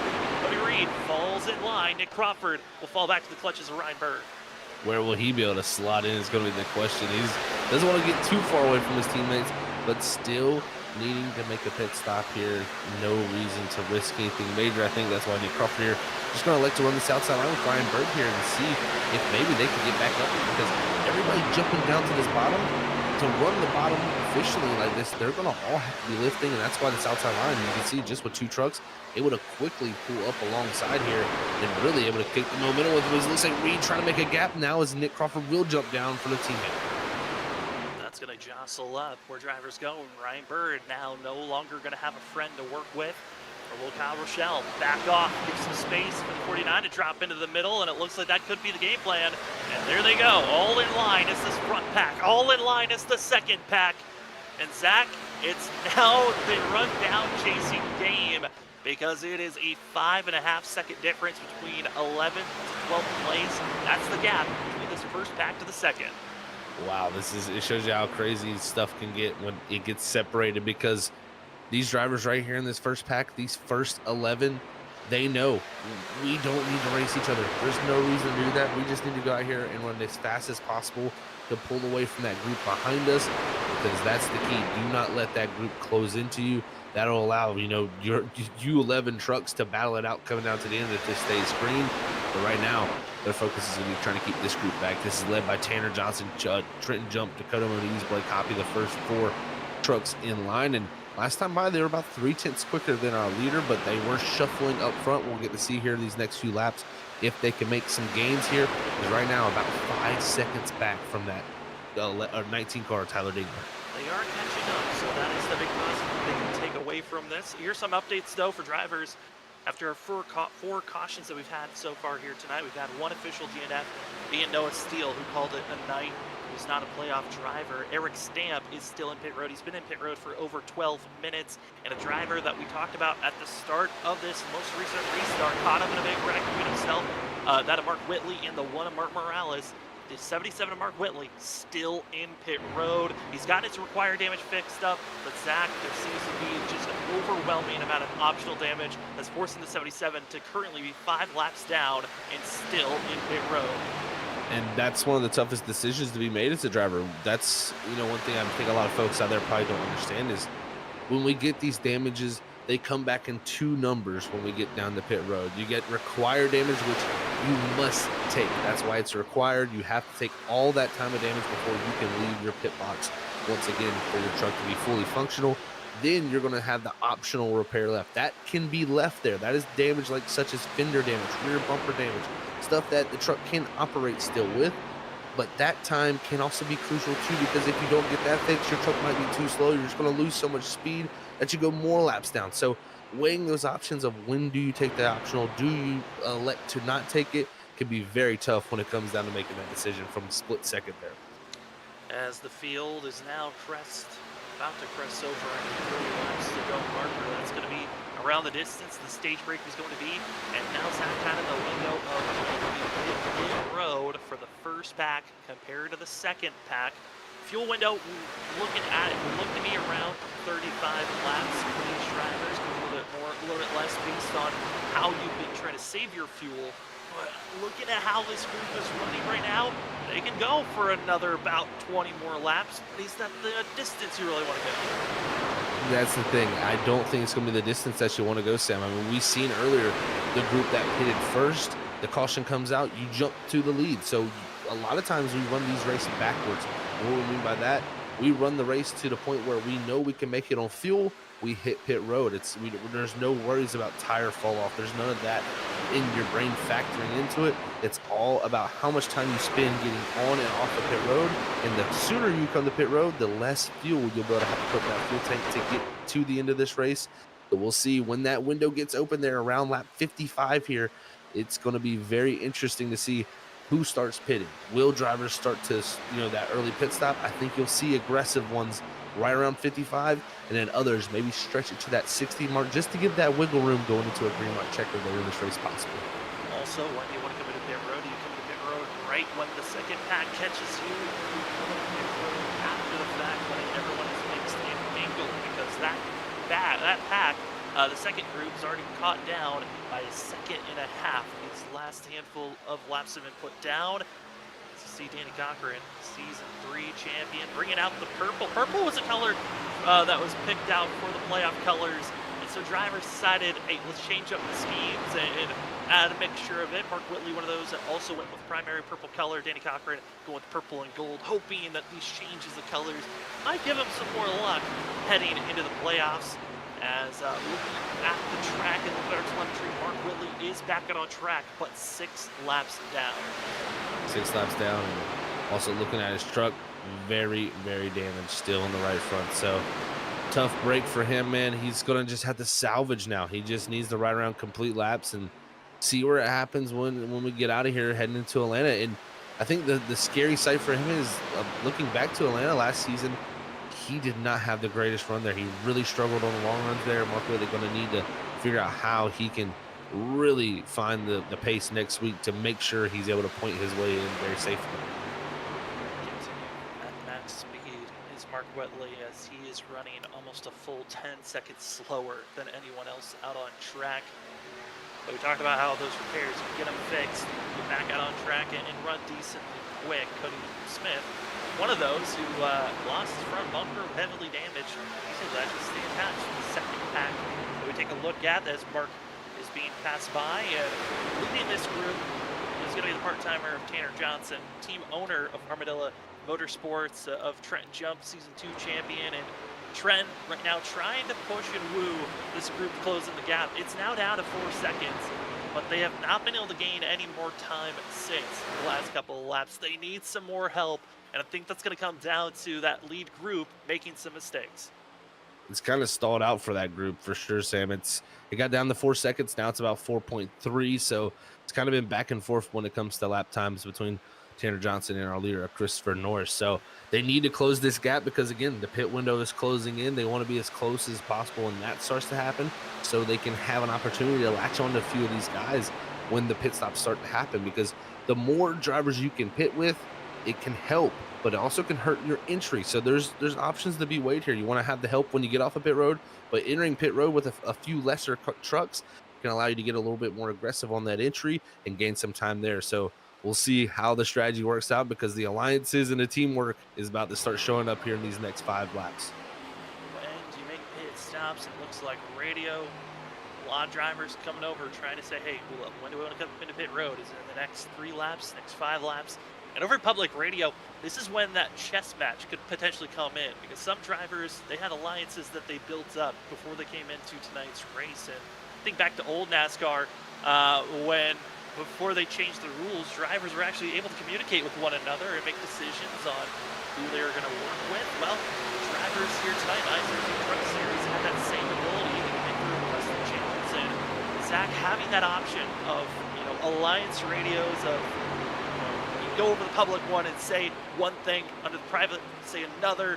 Those gamemanship plays is going to be interesting to watch here in the next couple of laps.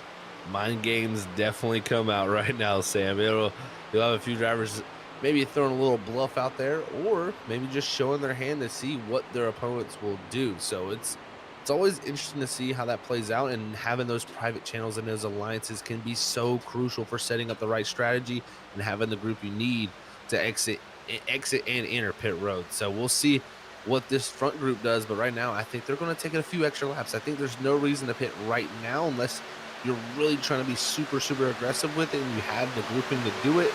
I think right now these drivers are just looking to stretch it a little bit farther to gain that confidence for maybe if they get a green light checker late in this race. As the fields get themselves, continue to pick your train. Which one do you want to be in? Is it the first or is it the second? And there was a slight complication in the second pack, as it looked to be an issue of Cody Smith and Tyler Horn making collisions with one another in the second group, which has now forced that of Cody Smith to come into pit road and get more damage repaired, and Tyler Horn to lose track to the second group, which you lose another driver here or there, it kind of can help a pack out, and it looks like it's helped out that second group that is trying to close in the gap every little bit, as less number of drivers, able to carry more momentum through the corners has worked out.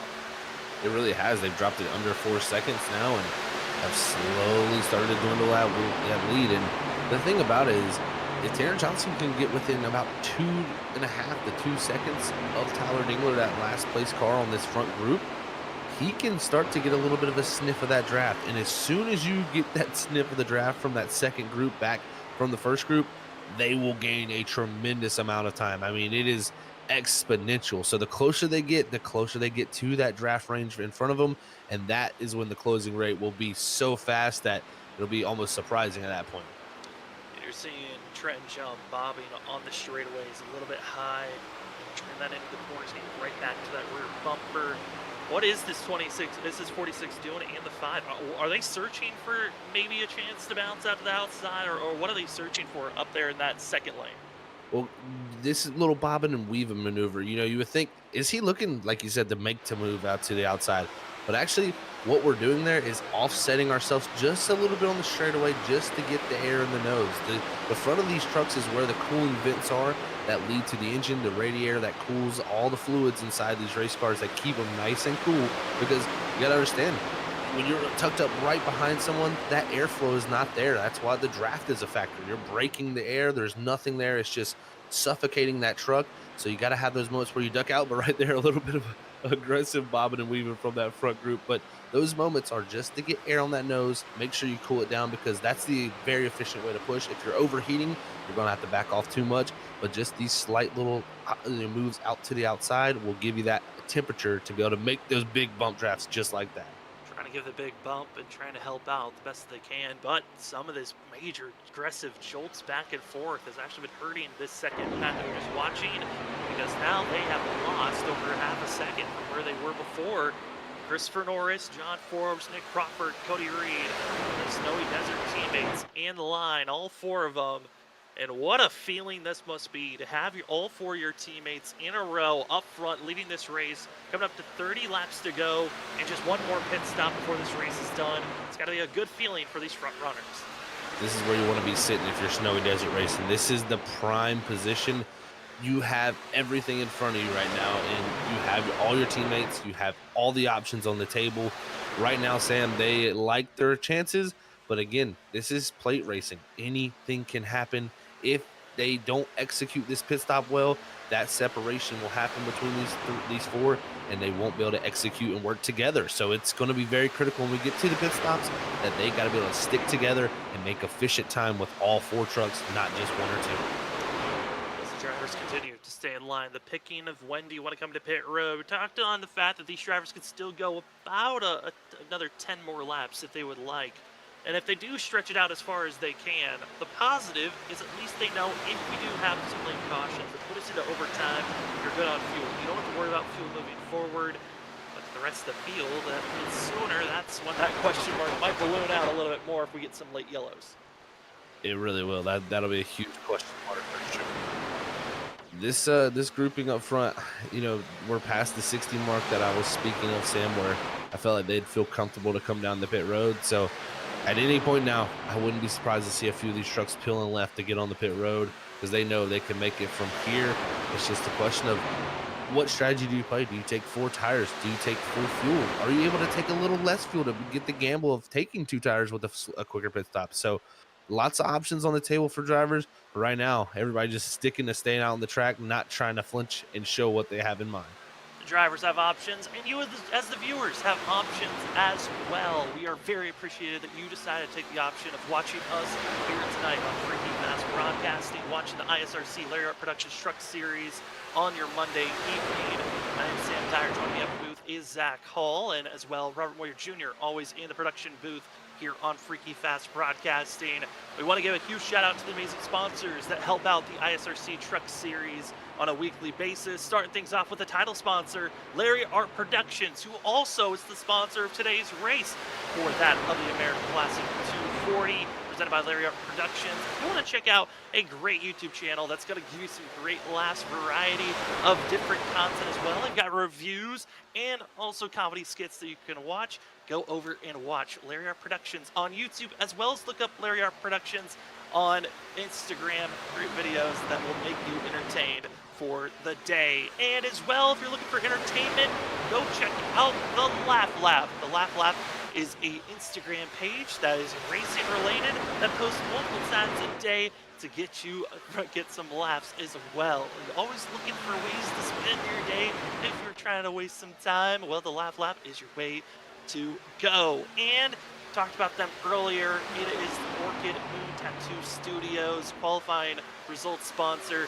If you're looking to find yourself getting a tattoo, well, look no further. Orchid Moon Tattoo Studios is your one-stop shop if you're looking for full-colored custom tattoos, prints, painting, stickers, and more. Go check out Orchid Moon Tattoo Studios on Instagram. Their selection and options that you can look at on their Instagram page are fantastic, beautiful, and you'd like to check them out right now. And also, we're going to shout them out as we still have that confusion of who's in what position for our stage break, but that's Team Watson Racing setup. If you're looking for a setup to help you through your iRacing Open races throughout the week, well, go to teamwatsonracingsetups.com and remember to use the promo code of Watson on the screen there for 10% off on your promo codes. Thank you so much to all the amazing sponsors that help out the ISRC Truck Series week in and week out. As Zach, it is crunch time. It is 26 laps to go to see who's winning the first race in the first round of the playoffs for Season 5. This is it, Sam. It's all boiling down to this, and that second group there, they've made the charge, man. They have really closed the gap down, and they're on the back bumper now. So it's there, and they're gonna get to see how this works out. And I mean, even with all that playing out, some of the fastest laps of the race just put out because of that draft sucking them up super close to that front group. Aggressiveness is showing, and with 25 laps to go, with the second pack now closed in and now on top of one another, it's now into a spot where you now have to make your decision. You have the option of pitting as a group and not worrying about a bigger pack to avoid one another. Now is the complication of if one driver comes into pit road, the whole group as a whole potentially can come into pit road together. It really could cause that train reaction event. I mean, if say Christopher Norris, our leader, pulls left, we could see literally 15 trucks pull off here and elect to hit pit road. So I would not be surprised with that because they're just trying to stay together. The biggest thing here is if you're one of those drivers back in 14th, 15th, 13th position, you just caught up to this group, you want to stay locked onto this group. You don't want pit stops to have that effect, and it's going to be very, very interesting to see when the strategy plays out. I'm just surprised, Sam, we haven't seen him hit pit road yet. I would have thought we'd have seen at least one group decide, hey, we're in that zone, let's pit now, because if we get a caution, we cycle to the front. Yeah, I mean, it's working out great for themselves as this lead pack originally was 11 drivers, is now blossomed to 15 drivers on the lead lap. We also have a mix and mingle of a couple of lap cars that are also with this group. And then we have a second pack that was originally our third group of drivers that were damaged, that have been spending all race trying to repair, being led by GT Rosari, which GT, when he was caught up in that second caution of the day, and then also the third, he had no front bumper. And the 14, looks like the engine might be not feeling that great as he moves up the high line and trying to give some more airway to the drivers behind him, such as Malik and others.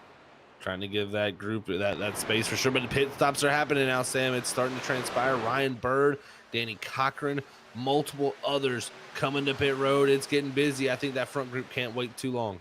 And this is the same group that pitted the first time when they had the chance, being majority of the drivers from that of Larson Lane Racing as well. Going to be the drivers from Armadillo Racing coming in as a grouping. They were the original group that pitted with 7 laps into the race before the caution flag came out. Well, now this lead pack has dwindled very quickly just that of 6 drivers on the lead lap.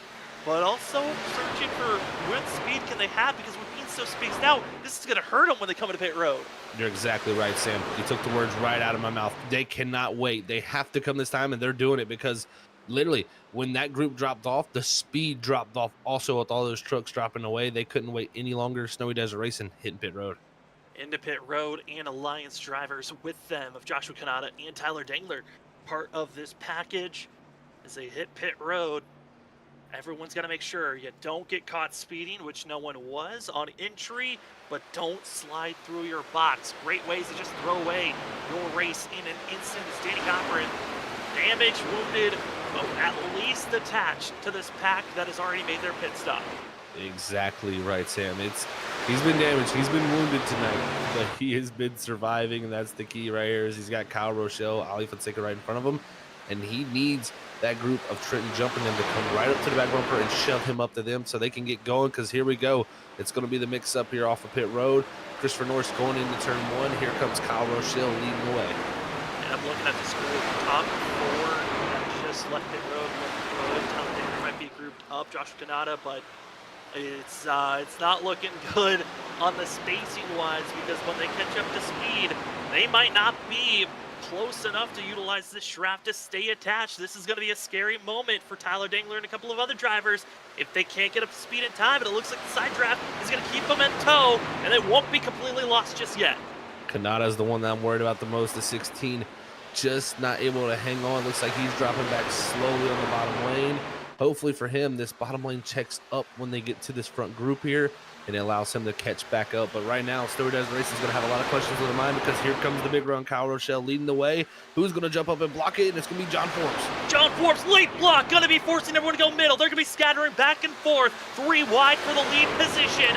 And that was a very gutsy blocking move by the 11, and it certainly slowed down the group, allowing Joshua Kanata to get back into the mix. But it could have also caused a little bit of calamity, but they hold on. They hold on, like you said, Sam. But look at this. Who's dropping out the pack there? Looks like somebody's giving out of it. I think it's Nick Crawford thinking we may have a big wreck here coming soon. Oh, bad bump. Kyle Rochelle on the entry of the corner. The 21 holds on after that tap by the 24. And this is going to get very, very spicy because we know we had the single file race in there for so long because drivers were trying to keep the gaps they had. Single file race and throw that out the window. Now they're all going to be going for victory. And all of Snowy Desert Racing backed out of it except for Christopher Norris, Cody Reed. They stay in the fight. They're all stuck on the inside lane. They're willing to get up front, and I'm not surprised to see that from Christopher Norris or Cody Reed. Both are very well known for putting in time at Super Speedway Racing. Christopher Norris has ran a lot of Super Speedway Racing leagues. Cody Reed has ran a lot of leagues as well for Super Speedway Racing, and both of them have found a victory lane in both of those leagues that they run. So why not get some experience? They know how to slice and dice their way forward, and they've already done so, trying to get back attached with John Forbes. John Forbes being aggressive with the jump down front, straight jump, and that leaves his teammate Nick Crawford out to dry there. They had a huge run on that top side. They built up a big amount of momentum. Watch for that third lane for somebody to set something up late in that race. I just seen the potential from that outside line. We could have some big runs happening. That they certainly have been showing, but do you drop back and reassess that big move again and set up another driver potentially here? 19 laps to go for the American Classic 240. If you looked at the first 40 laps of this race, you can already say we had some classic moments, some massive wrecks, some of the biggest ones of the season. But now down to the last 20 laps of this race, it's time for a classic finish. And it's John Forbes leading the way. Trenton Jump also going to be in line. Majority of this front pack all going to be playoff drivers. There's just a handful of them that aren't. But it's all the drivers up front inside of our top 6 that are playoff drivers. This is going to get fun here, folks. Who's going to try to go lock themselves in with a victory? Who's going to spoil the party of these playoff drivers? Because right now it's mostly them up in the mix, but you got the likes of Dakota Moniz, Tanner Johnson up here that could go up there and still win away from one of these championship contenders. 14 drivers on the lead lap are inside of this group. Got a couple of lap cars also mixed and mingled in this pack, such as Mason Cassidy going to be mixed in this group, and others trying to search their way to maybe unlap themselves for a chance. But it's side by side and a big wiggle by the 46 on the outside lane. It is a massive shunt giving from Cody Reed. Also that Nick Crawford to the 46. But it's John Forbes, Ollie Fonseca, drivers that have worked with one another plenty of times. Think of the past, practicing, trying to get every race perfect for each and one of these drivers. But at this point of the race, it is bump, shove. It doesn't matter about alliances anymore. It's about getting up front. It's that Trent Jump had to squeak back into line. Oh, man. I thought that was the next incident there. Trent Jump thought about shooting it through right to the middle, but Ollie Fonseca covering that nose off. That could have been very big here as we're riding on board. So this 46, we're going to see what happens here as the aggression level just continues to pick up each and every lap. At some point, push is going to come to shove, and we're going to get something happening here. A lot of wiggles. It's that either it's the front driver or the second driver that's trying to give the bump. Just you give a bad bump and you pick and choose who's going to be wiggling after the tap. And right now, it's 3 wide, 2 rows deep. Who's going to be taking the lead position? It's that of Cody Reed on the outside lane, trying to get some help from Christopher Norris. Ollie Fonseca, Trent Jump in the middle. John Forbes, Danny Cochran on the inside lane. But it's the teammates with the better shunt and push. Cody Reed to the point and to the inside. This outside lane has been making big runs, and I'm telling you, it's allowed Forbes to get up in position there. It allowed Cody Reed, and now can Christopher Norris jump down in front of him with the help of his teammate of Nick Crawford. But if he pulls down, he's going to leave the 74 out, and the 74 will get caught out. But look at the 5 in the 49. This third lane is working magnificently. Ryan Bird trying to make his push forward to show why he's one of the best drivers to watch out for here tonight, as he is putting the pressure on the outside, trying to help Dakota Moniz. Moniz has won here at Daytona, here at Talladega in the past season 1. It came down to fuel strategy, but tonight it might come down to a push strategy. Push come to shove, can you get the run at the perfect time? As staying low, it's Mark Whitley, the driver that's won here in the past lap. Last time we were here. But tonight, they'll have to sit, watch, and hope they can minimize the amount of points being lost here tonight. Big thing for him is Justin Smith still on pit road here in the 6th machine. Mark Whitley only 2 laps behind, so he can get up to 1 spot, and that would be huge for him. That 1 point could be the reason why he moves on next week after Atlanta, and he definitely wants to shy at a championship that has eluded him so far in his career. With Snowy Desert Racing in line, I mean, Christopher Norris, it was such a team effort help that got him into victory lane his first ever time. That was back at the Atlanta Super Speedway track in season 3, and it was kind of similar like this. Had teammates around him that allowed the 38 to get into victory lane, but talking with the team, it was a lot of talking points of who do we want to help more, because of Christopher Norris having such a good points coming into tonight's race. Same for Nick Crawford. It kind of switched the storyline to, do we help John? Do we help Cody? Do we help them get into victory lane more so than ourselves, and put the pressure of we can just point our way in going into next week? It can be, I mean, that's a decision to be made from the team for sure. And the risk versus reward is huge. You want to get your teammates pushed through, but can you risk yourself being, knocked out possibly next week if something goes wrong? But the points for Norris allows him to have the opportunity to help his teammates as much as possible. Nick Crawford, Cody Reed, and John Forbes, they want a victory, but I think that 38's also going to want one also. How do you want to set up for this move? If you're Danny Cochran, Kyle Rochelle, you can see Danny in the 2, just giving about a half a truck length gap to the 11 on the inside. Not a lot of pushing and shoving. Was the 2 and the 21 thinking about backing off and maybe moving to the middle, maybe the high line?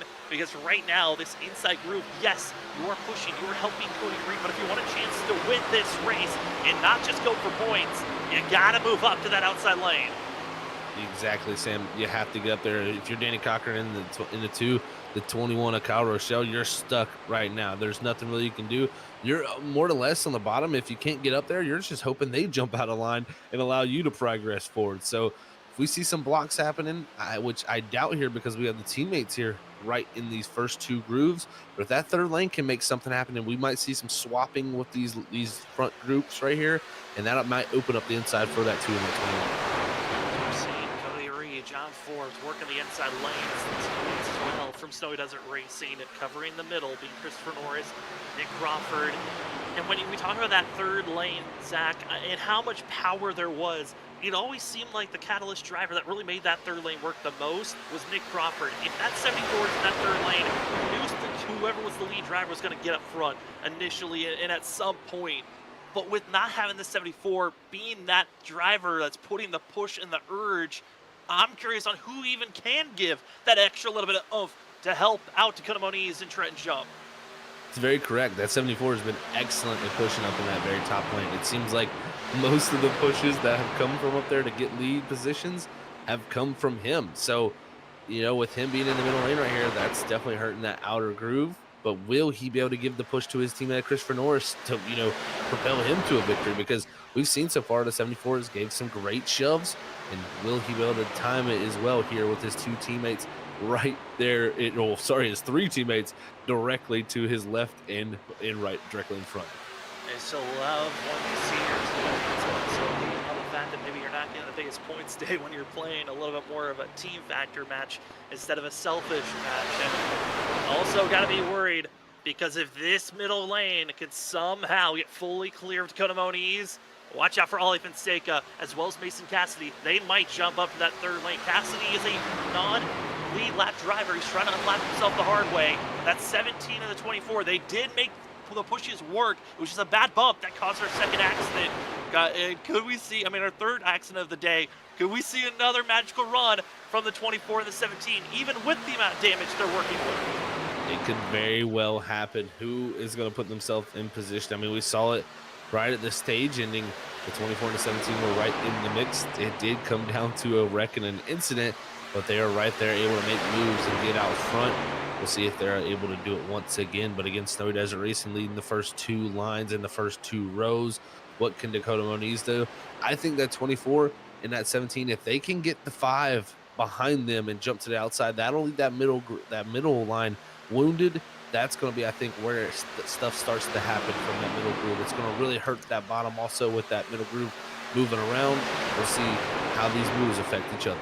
10 laps to go, and there are 4 drivers, and I'm eyeing up. Watch out for when they decide it's go time. That's going to be 11th place runner of Tanner Johnson, Logan Breaky in 12th, Ryan Bird in 13th, Joshua Kanata. Those drivers are in a spot where they've been settling back, trying to predict how aggressive do we want to be to push and take these spots. They've been settling, waiting, and getting the analysis of what position is going to be the best one to get it moving forward. And it looks like with 9 laps to go, that third lane started getting more drivers in line. It's Armadillo Racing trying to get in line to push the 5 going forward.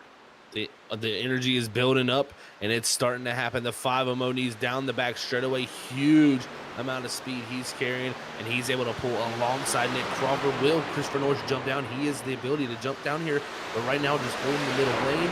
This is going to be a dogfight up front. 3 wide, 3 rows deep. It's all about getting up front. It's going to be led on the inside lane by Cody Reed, the middle by Christopher Norris, Dakota Moniz on the outside lane. Who is going to find themselves up front leading this race? And if you're stuck in the middle, Nick Crawford, Oli Fonseca, Danny Cochran, cross your fingers, hope there's no wiggle. It's 8 laps to go for the American Classic 240. Lap cars are staying down low on the apron. You'll love to see that sportsmanship. But it is down to this 14 drivers still attached, still with a chance to win here tonight. It looked like the bottom lane was done there for a few moments as now John Forbes jumps up in front of his teammates here, and he's going to lead the way. What will Cody Reed do now? Left out from the team of Snowy Desert Racing. He's got decisions to be made. It looked like the inside was dying out, but it was through 3 and 4 where the inside really came back to life. Trying to maybe introduce some fresh air to the front bumper of the 11 of John Forbes. Any little bit as drivers are slicing and dicing in the back half of this lead pack. Where do you go? How do you set up for the pass to get up front? If you're a playoff driver, a win tonight locks you into the next round. And some drivers are aiming for their very first time ever making it to the round of 12.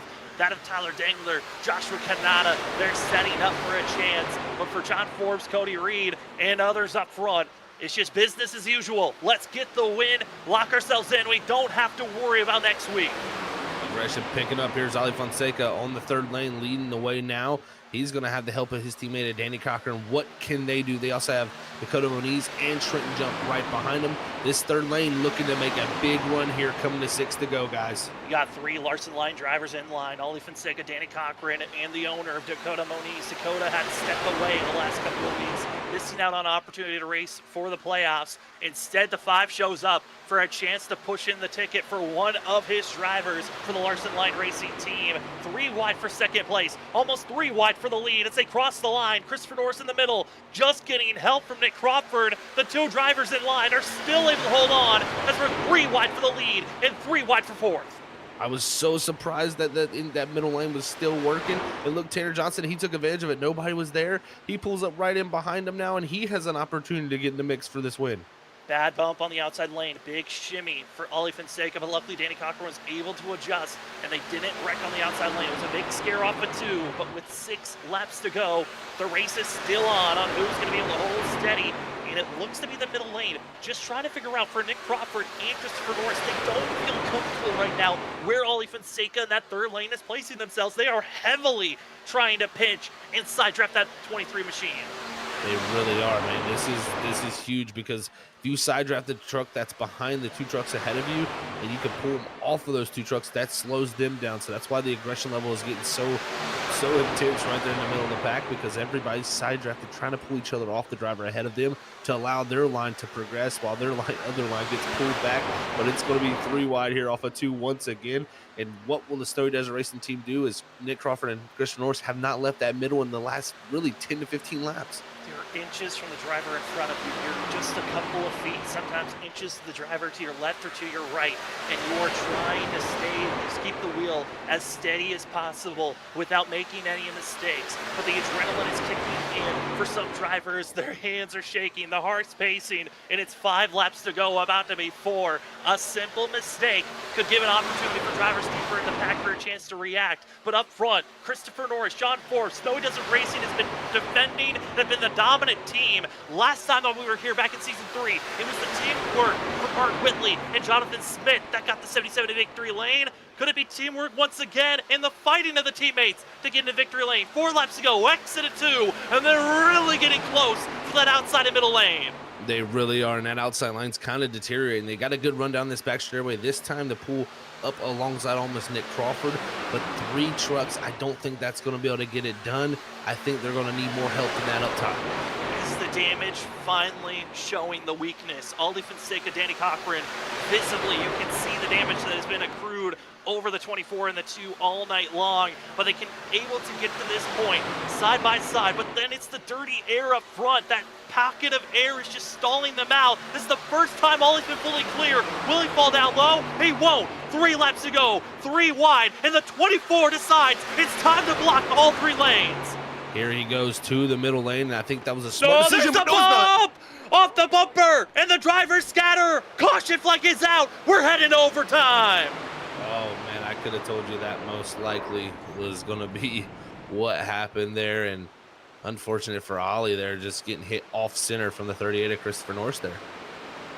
And Nick Crawford heavily damaged in this one. Ollie Fonseca heavily damaged, and also looking to be a couple of others. Blown engine night could be done. Nick Crawford required damage. Ollie, that of Dakota Moniz required damage. Tanner Johnson required damage. And here's the bad bump. Just trying to be aggressive with Ollie Fonseca, but it's hard to line up with a field that's going full bore. I mean, Christopher Norris has to keep his foot in the throttle. Otherwise, he's going to cause a wreck. And bad tap, and away they go. And that right there was mostly due to line choice. The 24, a little farther up the track in the middle. The 38, a little farther down the track. In that shorter distance, caused him to get into the left rear bumper of that 24 that spins Fonseca around. I mean, that's the most vulnerable spot when you're a driver here, is that left rear. It'll really just rip you right around if someone gets into it. And right there, like you've seen, they just did, and Nick Crawford, nowhere to go for him. Heavy collision into the outside wall. And, you know, at some point we were going to see these playoff drivers get into trouble. We've seen them get in a lot of trouble, but this is one of the required damages that could really hurt somebody, just like we've seen from Whitley earlier. Mark Whitley's going to be loving this, though, because of the amount of drivers that were caught up in this wreck. The 77 could be grabbing some more positions for himself. Matt Upbrook, one of the newest drivers that has been lost here tonight. So that could be moving up to 77, up to 21st spot. And as well, with required damage for Nick Crawford, Dakota Moniz, Justin Smith, Tanner Johnson. If we go into multiple overtime attempts, 77 could be grabbing up to maybe 3 to 4 more positions for himself. He very well could. That would be huge for him, because again, any point he can gain, that'll keep him in a better spot coming out of tonight when it comes to the cut line. So had a huge gap tonight, but lost it, of course, by being involved with that incident with the 38 there, you know, early in this race. So great job from Whitley just to stay in it. You know, sometimes that's one thing I'll say is some drivers, they don't get the damage repaired. They give up, and they give up those 2-3 points maybe they could get back in some of these races. Those 2-3 points, if, you know, a few of your races go wrong, you make up 2 or 3 points that you could have done by just by leaving. Those could be the differences of making the playoffs, making the next round. It really shows. I mean, we've seen it before. Tiebreakers are a thing, and every point's going to matter. So I love that Whitley has stayed out there and just kept completing laps. And from the field, look at some of the drivers inside of our top 10. And that being Ryan Bird, Logan Brakey, Tyler Dangler. I mean, what runs are they going to be asking for? And also Kyle Rochelle. That is 12th in points for Kyle Rochelle. Tied for last in points being Ryan Bird, Logan Brakey, and Tyler Dangler. All on top of one another inside of the top 10. This could be turning next week at Atlanta a very interesting race to watch out for because the points, we thought they were close to entering tonight. They could be even closer heading into next week. They really could be. They're gonna be shooken up. That's for sure. I mean, like you said, you got guys like Kyle Rochelle, Tyler Dingler, Logan Brakey right here that were near the bottom of that cut line. Now they're going to be propelled much farther forward, and drivers such as like Nick Crawford, who are, I mean, limping around with the damage right now. He's going to have to come down here for required damage to get that truck fixed. He's going to lose a ton of spots. Trent Jump, it looks like he's still on pit road. So lots of drivers in detrimental spots here after that last incident, is a few others and much better. They are much better. Staying out as long as possible. Want to be the 74 of Nick Crawford. And Zach, what makes Nick Crawford's situation a little bit funny to look at, he stayed out as long as he could until he had to come into pit road with the required damage flag, recognizing his engine's blown, and this is as far as he can go. So let's stay out, keep that track position so he doesn't automatically go a lap or two already down, so that Mark Whitley doesn't have a better chance of stealing his position once they start going back to green flag action. I gotta say, that's some great awareness and thinking thoroughly through there what the process could be of losing spots and gaining spots. So personally, that's something that, again, I talked about Mark Whitley completing laps Saturday night. That's big brain there of Nick Crawford just to keep going, like you said, Sam, because now that he's pulled in his box on pit road, he cannot leave till that required damage is fixed, which when it's usually the damage the motor like that, it's usually upwards of almost 30 minutes. So just completing those extra laps, that was actually a very crucial task from the 74. So very smart call from that team. Well, with this race, we've had a lot of wrecks, a lot of big ones recently that have blown up, but now it is crunch time. We have officially entered into overtime, ladies and gentlemen. Hopefully you're ready and prepared for the aggression level. You thought it was already high. Well, get ready for 4 wide. The yellow flag is the yellow line is optional on if you want to go down there to make a pass or not. It's up to the driver's discretion on what moves want to be made. But with overtime, this is how the ruling works. You've got yourself a green, white, checkered. Once we go green, you got 2 laps to finish this race. If we get a yellow flag under the first lap and we do not get to that white flag, this race will go into attempt number 2. But if we get the white flag, this race will become official, and it's all about who crosses the line first, which we've seen big wrecks happen coming out of turn number 4 in the past. To see who's going to win this race, it could strike once again. But if we get that yellow flag on the first lap, we will go into attempt number 2. And if that same scenario happens, we'll get a caution flag on that first lap on attempt number 2. We will go into attempt number 3 where the rules are slightly different, but we'll talk about those slightly different rules if we get to attempt number 3. Zach, this could be the final restart of the night. Any final thoughts before we let these drivers take off? Well, buckle down, everybody, because I know we got a lot of hurt trucks after this, but it's going to be a wild finish here, especially with the 3 teammates up front. We'll see what Cochran can do. This is the ISRC Lara Productions playoffs. They always bring out the drama, the flair, the I don't know where the wind's gonna come from. But tonight, Talladega, it's the American Classic 240. Overtime attempt number 1. John Forbes, Cody Reed take off the teammates trying to get in line as quickly as possible. Here we go. As we are into overtime, it's gonna be the teammates in line roaring into turn number 1. The 11 of Forbes leading the way, but here comes Cody Reed with the help of Danny Cochran. The push from the 2 and the outside line looks much better contained, but here comes the 21 of Kyle Rochelle. He's surging through off the exit of 2. This inside lane, we'll see if they can surge forward with that push. If one of the playoff drivers find themselves getting into victory lane, they are locked into the next round of the playoffs, but some non-playoff drivers are in the mix. Watch out for Blake Hobby back in 10th place. He might try to make some aggressive moves, but all the drivers up front, they recognize what the choice is. Get to the white flag. This race becomes official. It's the teammates of Snowy Desert Racing. Cody Reed all on his own in that middle groove by himself, looking for friends if any will show up. It's then John Forbes on the inside lane, trying to get every little bit of help from Christopher Norris. We only needed 1 attempt. Here we go. A little bit of slipping and sliding further on back, but it's the lap, white flag. Here we go, Zach. This is it. Who's winning the first round, first race of the playoffs? And Danny Cochran going to jump to the outside of Cody Reed here in 1 and 2. This is going to open the door for Tyler Dingler, who's going to go right to the back bumper to 25. Now John Forbes knows what he sees with the wrecking. They're wrecking. It's John Forbes all on his own. John Forbes, who will catch up to him? Right behind is going to be Logan Brakey. Joshua Kanata, they're close enough to have the draft. Kanata's going to have the momentum. John Forbes, will he hold on? We'll have to see here. Kanada's going to have the run. Will he have the move, though, when he gets to him here? Here goes to the outside. This is going to open up the door for Logan Brakey. Also, where does he go? Logan Brakey, Joshua Kanada trying to make their way into the next round. Logan Brakey, John Forbes contact. The 16 has the block. It's between the 29 and the 16. Eric Stamp also trying to make the late lunge. The yellow line is free game. Joshua Kanada, Logan Brakey. Kanada is locked into the next round. What a job, a polar opposite there for him from compared to last season at Daytona, the road course. He goes and wins here tonight at Talladega and locks himself in to that second round. Changes the color to green, and it's red and green tonight for Joshua Kanada. Call him the money man because he's locked in to the next round. Doesn't have to worry about Atlanta, and Joshua Kanada can finally say he's an ISRC Linear Production Truck Series winner. What a job by him. He never gave up there, made it through the wreck, made the right decision for the move too.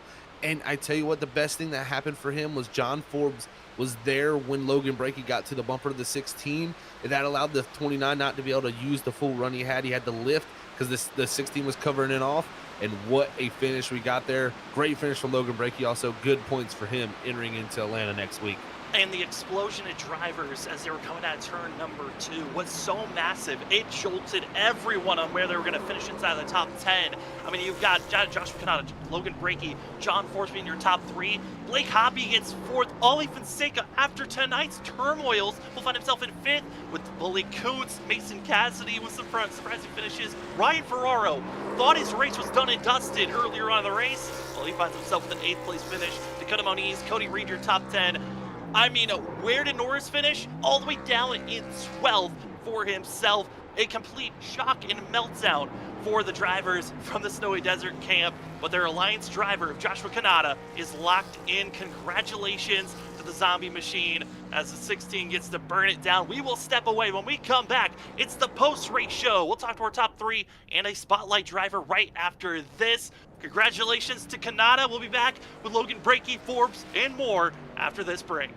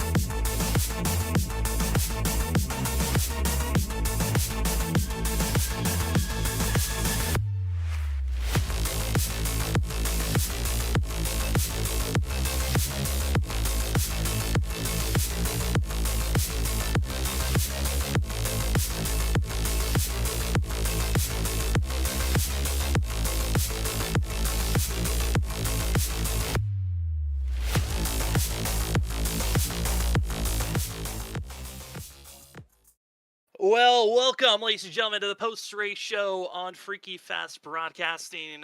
Tonight, it was 9/11.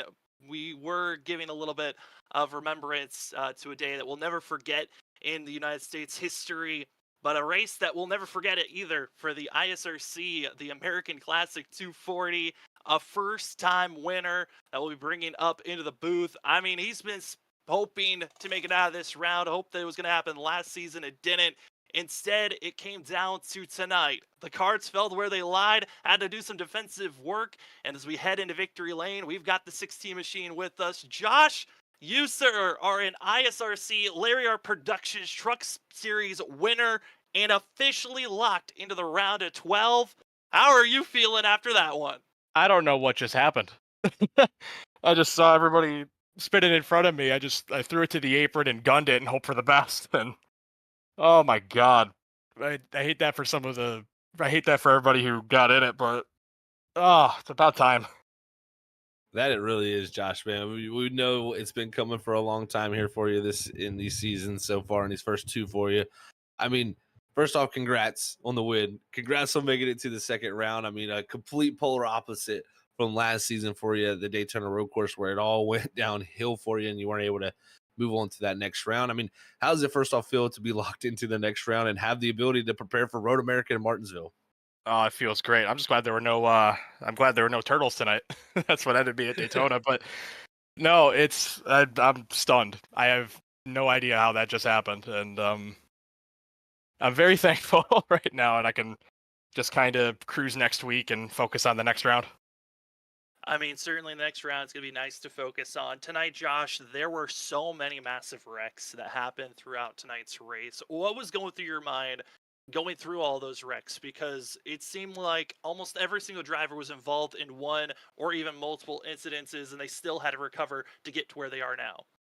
Oh, with the new damage model, these things can definitely take more of a beating. I know guys that were in 3 or 4 or 5 of them tonight that still kept it going. You know, every time I was in a couple, and every time I go down the pit road, I'm just hoping no engine damage, please.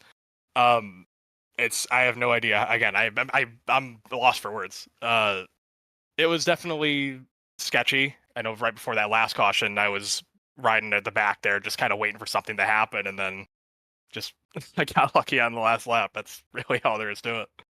Well, sometimes you need a little bit of luck and positioning to get into victory lane, and you had both here tonight. Congratulations, Josh, and hopefully you've got words for this. The floor is now yours for any shout-outs here this evening. Well, first off, thank you to you guys for putting on such a great show as always. Thank you to Snowy Desert, who have been really helping me out, and a few of the other guys from Warcast. Thank you for John Forbes for not blocking me into the wall at the end. he could have, and I wouldn't have blamed him. And yeah, and thank you for everybody else that helped me tonight, and hopefully I'll be back next week. Oh, we hope for great running next week, Josh. Congratulations on your first ever ISRC Truck Series win. We hope this momentum will carry forward for yourself. Thank you, guys. Well, from victory lane, let's go down to second place. We're talking to a driver that almost came in as one of our, as we find ourselves with that. We have ourselves Logan Brakey joining with us. This 29 machine had to work and claw his way to get into this position of second place. Logan, congratulations on second. Almost getting that lock-in ticket with the win, but how are you feeling after that finish? Hey, great. Sorry about that Discord noise there. Yeah, this feels really, really good, especially after the way this season's gone, making the playoffs with just one top 10 that came at Daytona. Like, I was thinking to myself before this, all I had to do was get into the playoffs and I've got a shot. And today was proof of that. So really, really stoked to come away second here. I hate super speedway racing so much. There's so much that's out of my control, out of anybody's control. So I'm just stoked to come home second. This is awesome. Yeah, amazing point night, first off, for you, Logan. So congrats on that, man. Get a second place finish. Best finish of the season for you, too. That's got to feel good. And, you know, you say you don't like super speedway racing, but these are your 2 best finishes of the season, 6 at Daytona, second here tonight. And it seems like you always do have a knack for being there at the end of these things. I mean, tell us how you got through it there at the end, because, I mean, it was definitely a wild one and almost had an opportunity to go for that win. Well, it's funny you say that, because I think my top 10 at Daytona came from missing a wreck on the last lap. And it's the same situation here too. Like I was on the bottom. I knew I wanted to be on the bottom because I knew we weren't going to get around to the checkered clean. And I had missed three wrecks prior to that one on the bottom. So I was just like, you know what? I'm going to stay married to this yellow line. This has been the safe spot for me. And whatever happens, happens. And when the wreck happened, I bullied my way through the 21 who was wrecking, and I turned him off my nose, and then I kept going and did the same to the 25 when he slid down. So I just kept the foot to the floor and was ecstatic when I came out of that mess behind John and the 16 and had a shot coming to the line there. That was so awesome.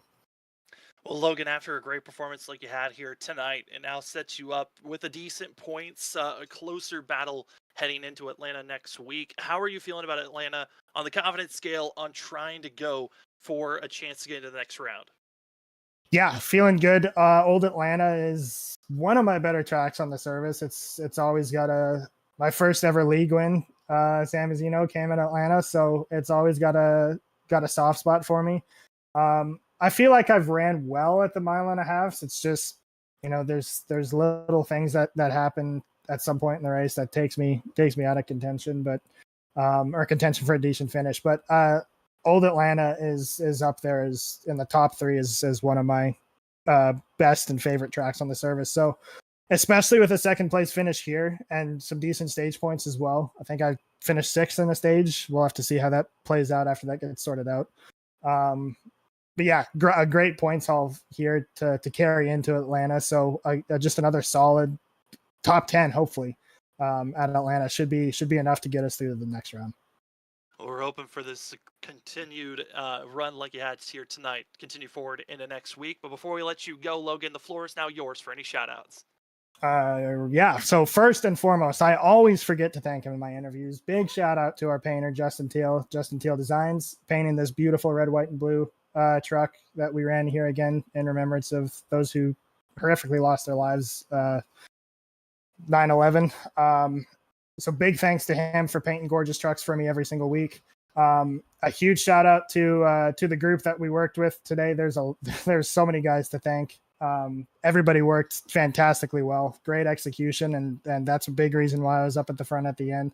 So great execution on their part, my teammates as well. Everybody worked so hard all day. So big shout out to them. Shout out to my mom. She's biggest fan, watches every single race. She's watching out there today.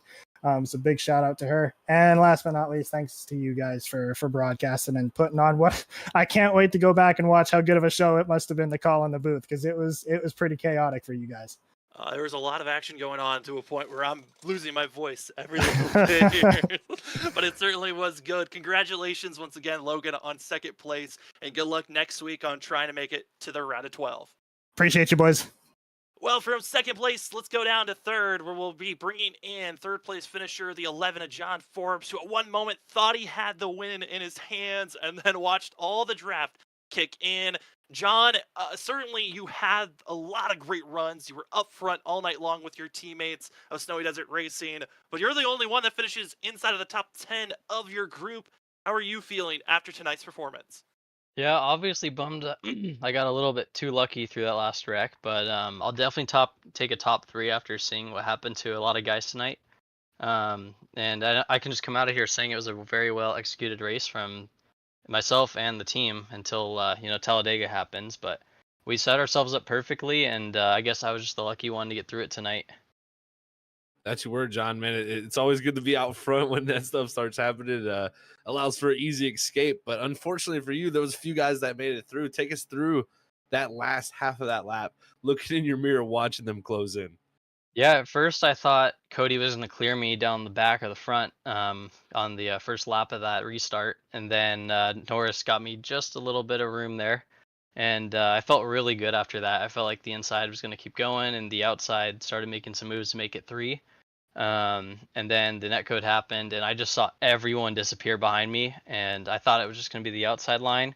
And then I saw Norris get clipped, and I was like, oh man. And then after that, I just saw myself, and then I saw the couple trucks emerge out of there, and they were half second behind me, and I just felt my RPMs drop all the way down the backstretch, and they just got closer and closer, and they're there wasn't much I could do. I saw Kanata getting closer, and there was a chance to block him, I guess, but it probably would have ended up really bad, and I didn't want to risk any of my good run tonight here. So figured it might have come back to me if Reiki got side by side, but yeah, super happy to get out of here with the top 3 and to make it through that. All the wrecks tonight, really got involved in a few, but always came out with not too much damage, and we were able to fight till the end. So it was a really fun race.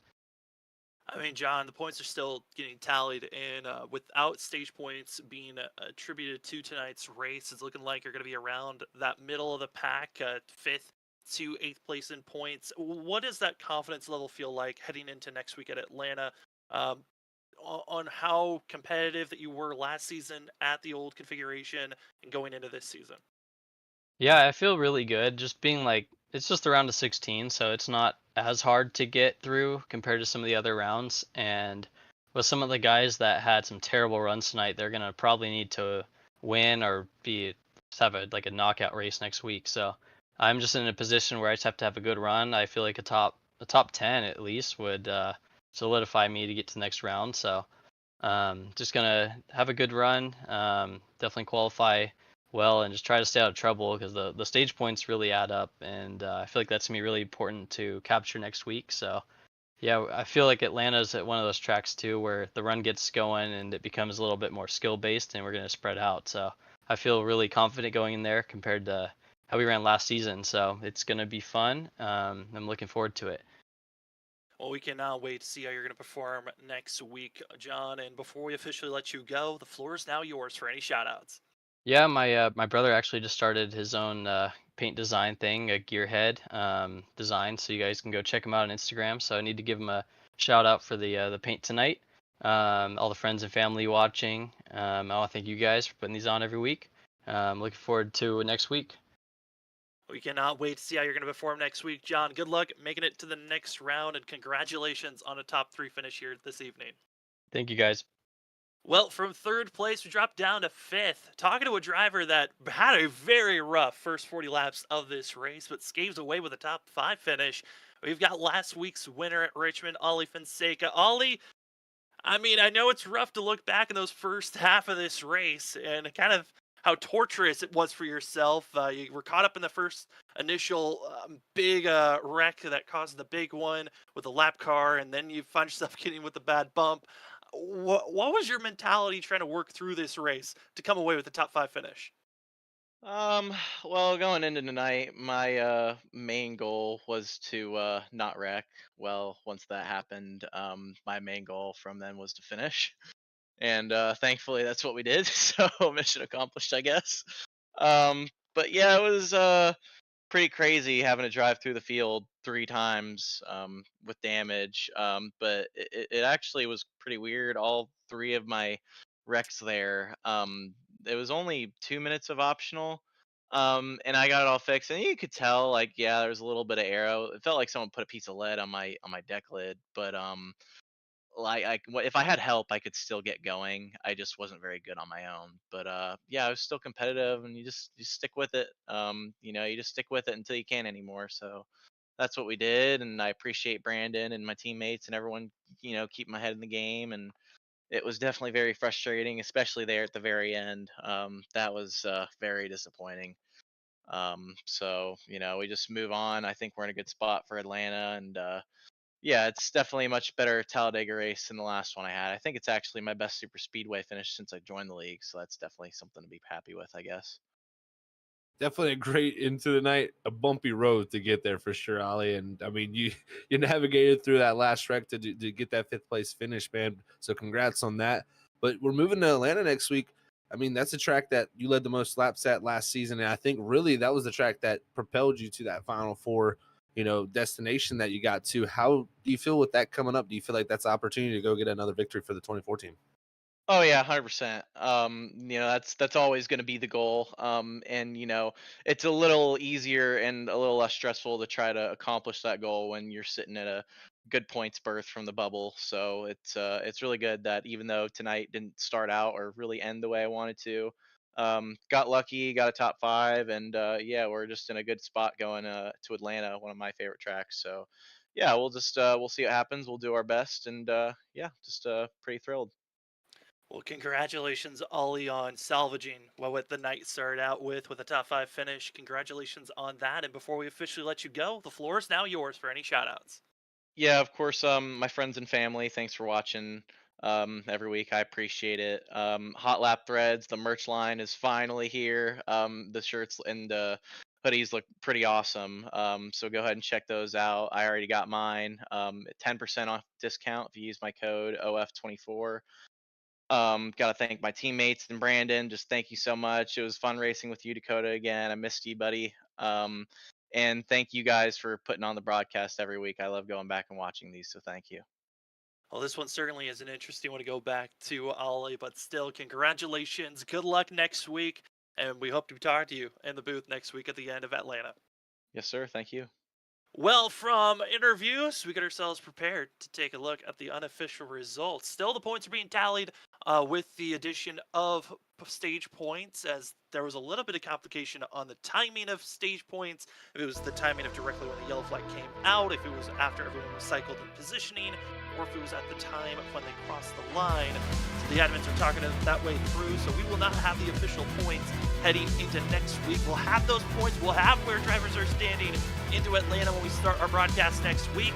But this is how the unofficial results for tonight's race is going to be laid out, with Joshua Kanata getting his very first ISRC Truck Series victory and clutching his ticket into the next round. Logan Brady going to be in second, John Forbes in third, Blake Hoppy coming away with the 4th place finish, Ollie Fonseca 5th, 6th goes to Malik Coons, Mason Cassidy, who's a lap down for majority of that second half of the race, comes away 7th, 8th goes to Ryan Ferraro, Dakota Moniz 9th, and 10th is Cody Reed. And as we look just outside the top 10, you got the 11th place finish there, Danny Cochran, 12th for Christopher Norris, 13th for Kyle Rochelle, GT Rosari, and 14th, 15th for Ryan Byrd, 16th for Tyler Dingler, 17th for Trenton Jump. I mean, all those playoff drivers involved and stuff. Same with Nick Crawford back in 19th, Mark Whitley back in the 22nd position. Just tough nights for a few of the guys that were involved and stuff right there at the end. I mean, even someone like Tyler Dingler, who finished 16th there, was having such a good run all night, was looking for a good top 5, maybe even top 10 finish. And that last wreck there was caught up in it, and that changed his outcome, because I think he was one of the dark horses to possibly move on. Now we're going to have to go to Atlanta and have a very strong run there if he wants to be looking to get to that next round. Yeah, it's not impossible, but looking highly improbable. He's going to need a road charge next week for that. And as well, looking at the list of drivers, we talked about incident points for drivers who could get a disqualification. Well, Trenton Jump there late, got over the limit and was disqualified. He finished end of the line of drivers on the lead lap, which will be 17th for the 46 machine. But the rest of the field, I mean, Zach, at some points this was a traditional Talladega race where big moves, bad bumps caused incidences. There were a couple of boneheaded moves that caused more damage than there really should have been. But overall, the drama spilled, and like a wild card race does, we find ourselves with a brand new winner in the Truck Series. That we do. It just seems like it always happens, here at Talladega. Just other than Mark Whitley's win, it's always been first time victories for people, and it's and it's always been right in the playoffs too. So it's always been a race that's very, very important for drivers. Everybody's pushing hard, and that's when tippers flare. That's sometimes where you see these cracks, these playoff drivers come out and they just can't get it done because it's just such a wild card of a race. I'll tell you one thing, when we get those points for heading into next week, it's going to be very interesting to see where all these drivers lie heading into the Atlanta Motor Speedway, because that old circuit, very rough, very abrasive. It's going to put on a great show, not only with the racing, but it's also going to be tough for these drivers to conquer. Yeah, because I'm looking at drivers that are without the stage points being added, that are outside of our top 12. They're going to get some massive stage points, so it's going to shake things up heading into next week. Cannot wait for the numbers to for sure be solidified on what the point standings are into Atlanta 08, which is going to be the cutoff race of the round of 16. Just as quick as we enter the playoffs, we're about to be seeing drivers knocked out and cannot wait for the pressure to be added, as if you want to see more incredible racing throughout the week, well, our schedule is full of some great action. Next 2 races, we're headed to Charlotte for Tuesday night. Full Send Racing Series is going to be testing the Xfinity cars at Charlotte Motor Speedway on the oval course. Then Wednesday, Gen 4 cars, WSSR Rosa Gems Cup Series take the chances of Charlotte, the most well-known, the free track on iRacing. Once you get your subscription, drivers know it, but can they hold on for the best that they can? Stars and Stripes on Thursday night going to be our next destination for the Stars and Stripes drivers, as that's going to be a chaotic one as we see the Gen 4 cars going to Martinsville. Short track racing, Gen 4 cars, not a good mixture for the field before we take the weekend off, and we're right back here. Atlanta 08, the next destination. Zach, this week of racing, we got 2 Charlotte races, then Martinsville. Certainly action you want to keep your head on for. Oh yeah, it's definitely gonna be an interesting week we got coming up, man. I mean, 2 races of Charlotte coming up. Those will be 2 traditional races, and then Martinsville, I'm very intrigued by with the Gen 4 car. Like you said, that one could be a little bit bumpy, but Stars and Stripes known to keep it very clean. I want to see what those drivers can do heading into that race, and also on Wednesday night closing out the regular season to see who's going to be in the top 16. I know it's very close for a few drivers getting in. Who's in, who's out. The playoff drama has already struck the ISRC Truck Series. You know, the high-pressured racing we got to see tonight. It's going to be even bigger with a stronger strength of field on Wednesday. The drama just keeps ramping up. Can't wait for it. But for tonight, thank you, ladies and gentlemen, for joining with us here at Freaky Fast Broadcasting. For myself, Sam Dyer, for Zach Hall, Robert Moyer Jr., and everyone here at Freaky Fast Broadcasting, thank you so much for joining with us on your Monday night. We'll never forget that of 9/11, and we're so thankful for all the first responders. We are so remorseful in remembrance of all those lives that were lost on that day, and we say thank you again to everyone that joined with us here tonight to enjoy some iRacing action for the ISRC Lariat Productions Truck Series. Playoff race number 1 is in the books for the round of 16. One more race to go. Can't wait for it. Hopefully you're ready for the action throughout the week. And if you want to be notified when we are live, remember to subscribe, hit that bell notification. And for tonight's race, we had so many big wrecks. Why not comment down below? What was your favorite big wreck to watch? What was the biggest moment, surprise moment? Comment it down below. Like, subscribe, and we will see you tomorrow night. Full Send Racing Series Charlotte. That will be our next Freaky Fast broadcast.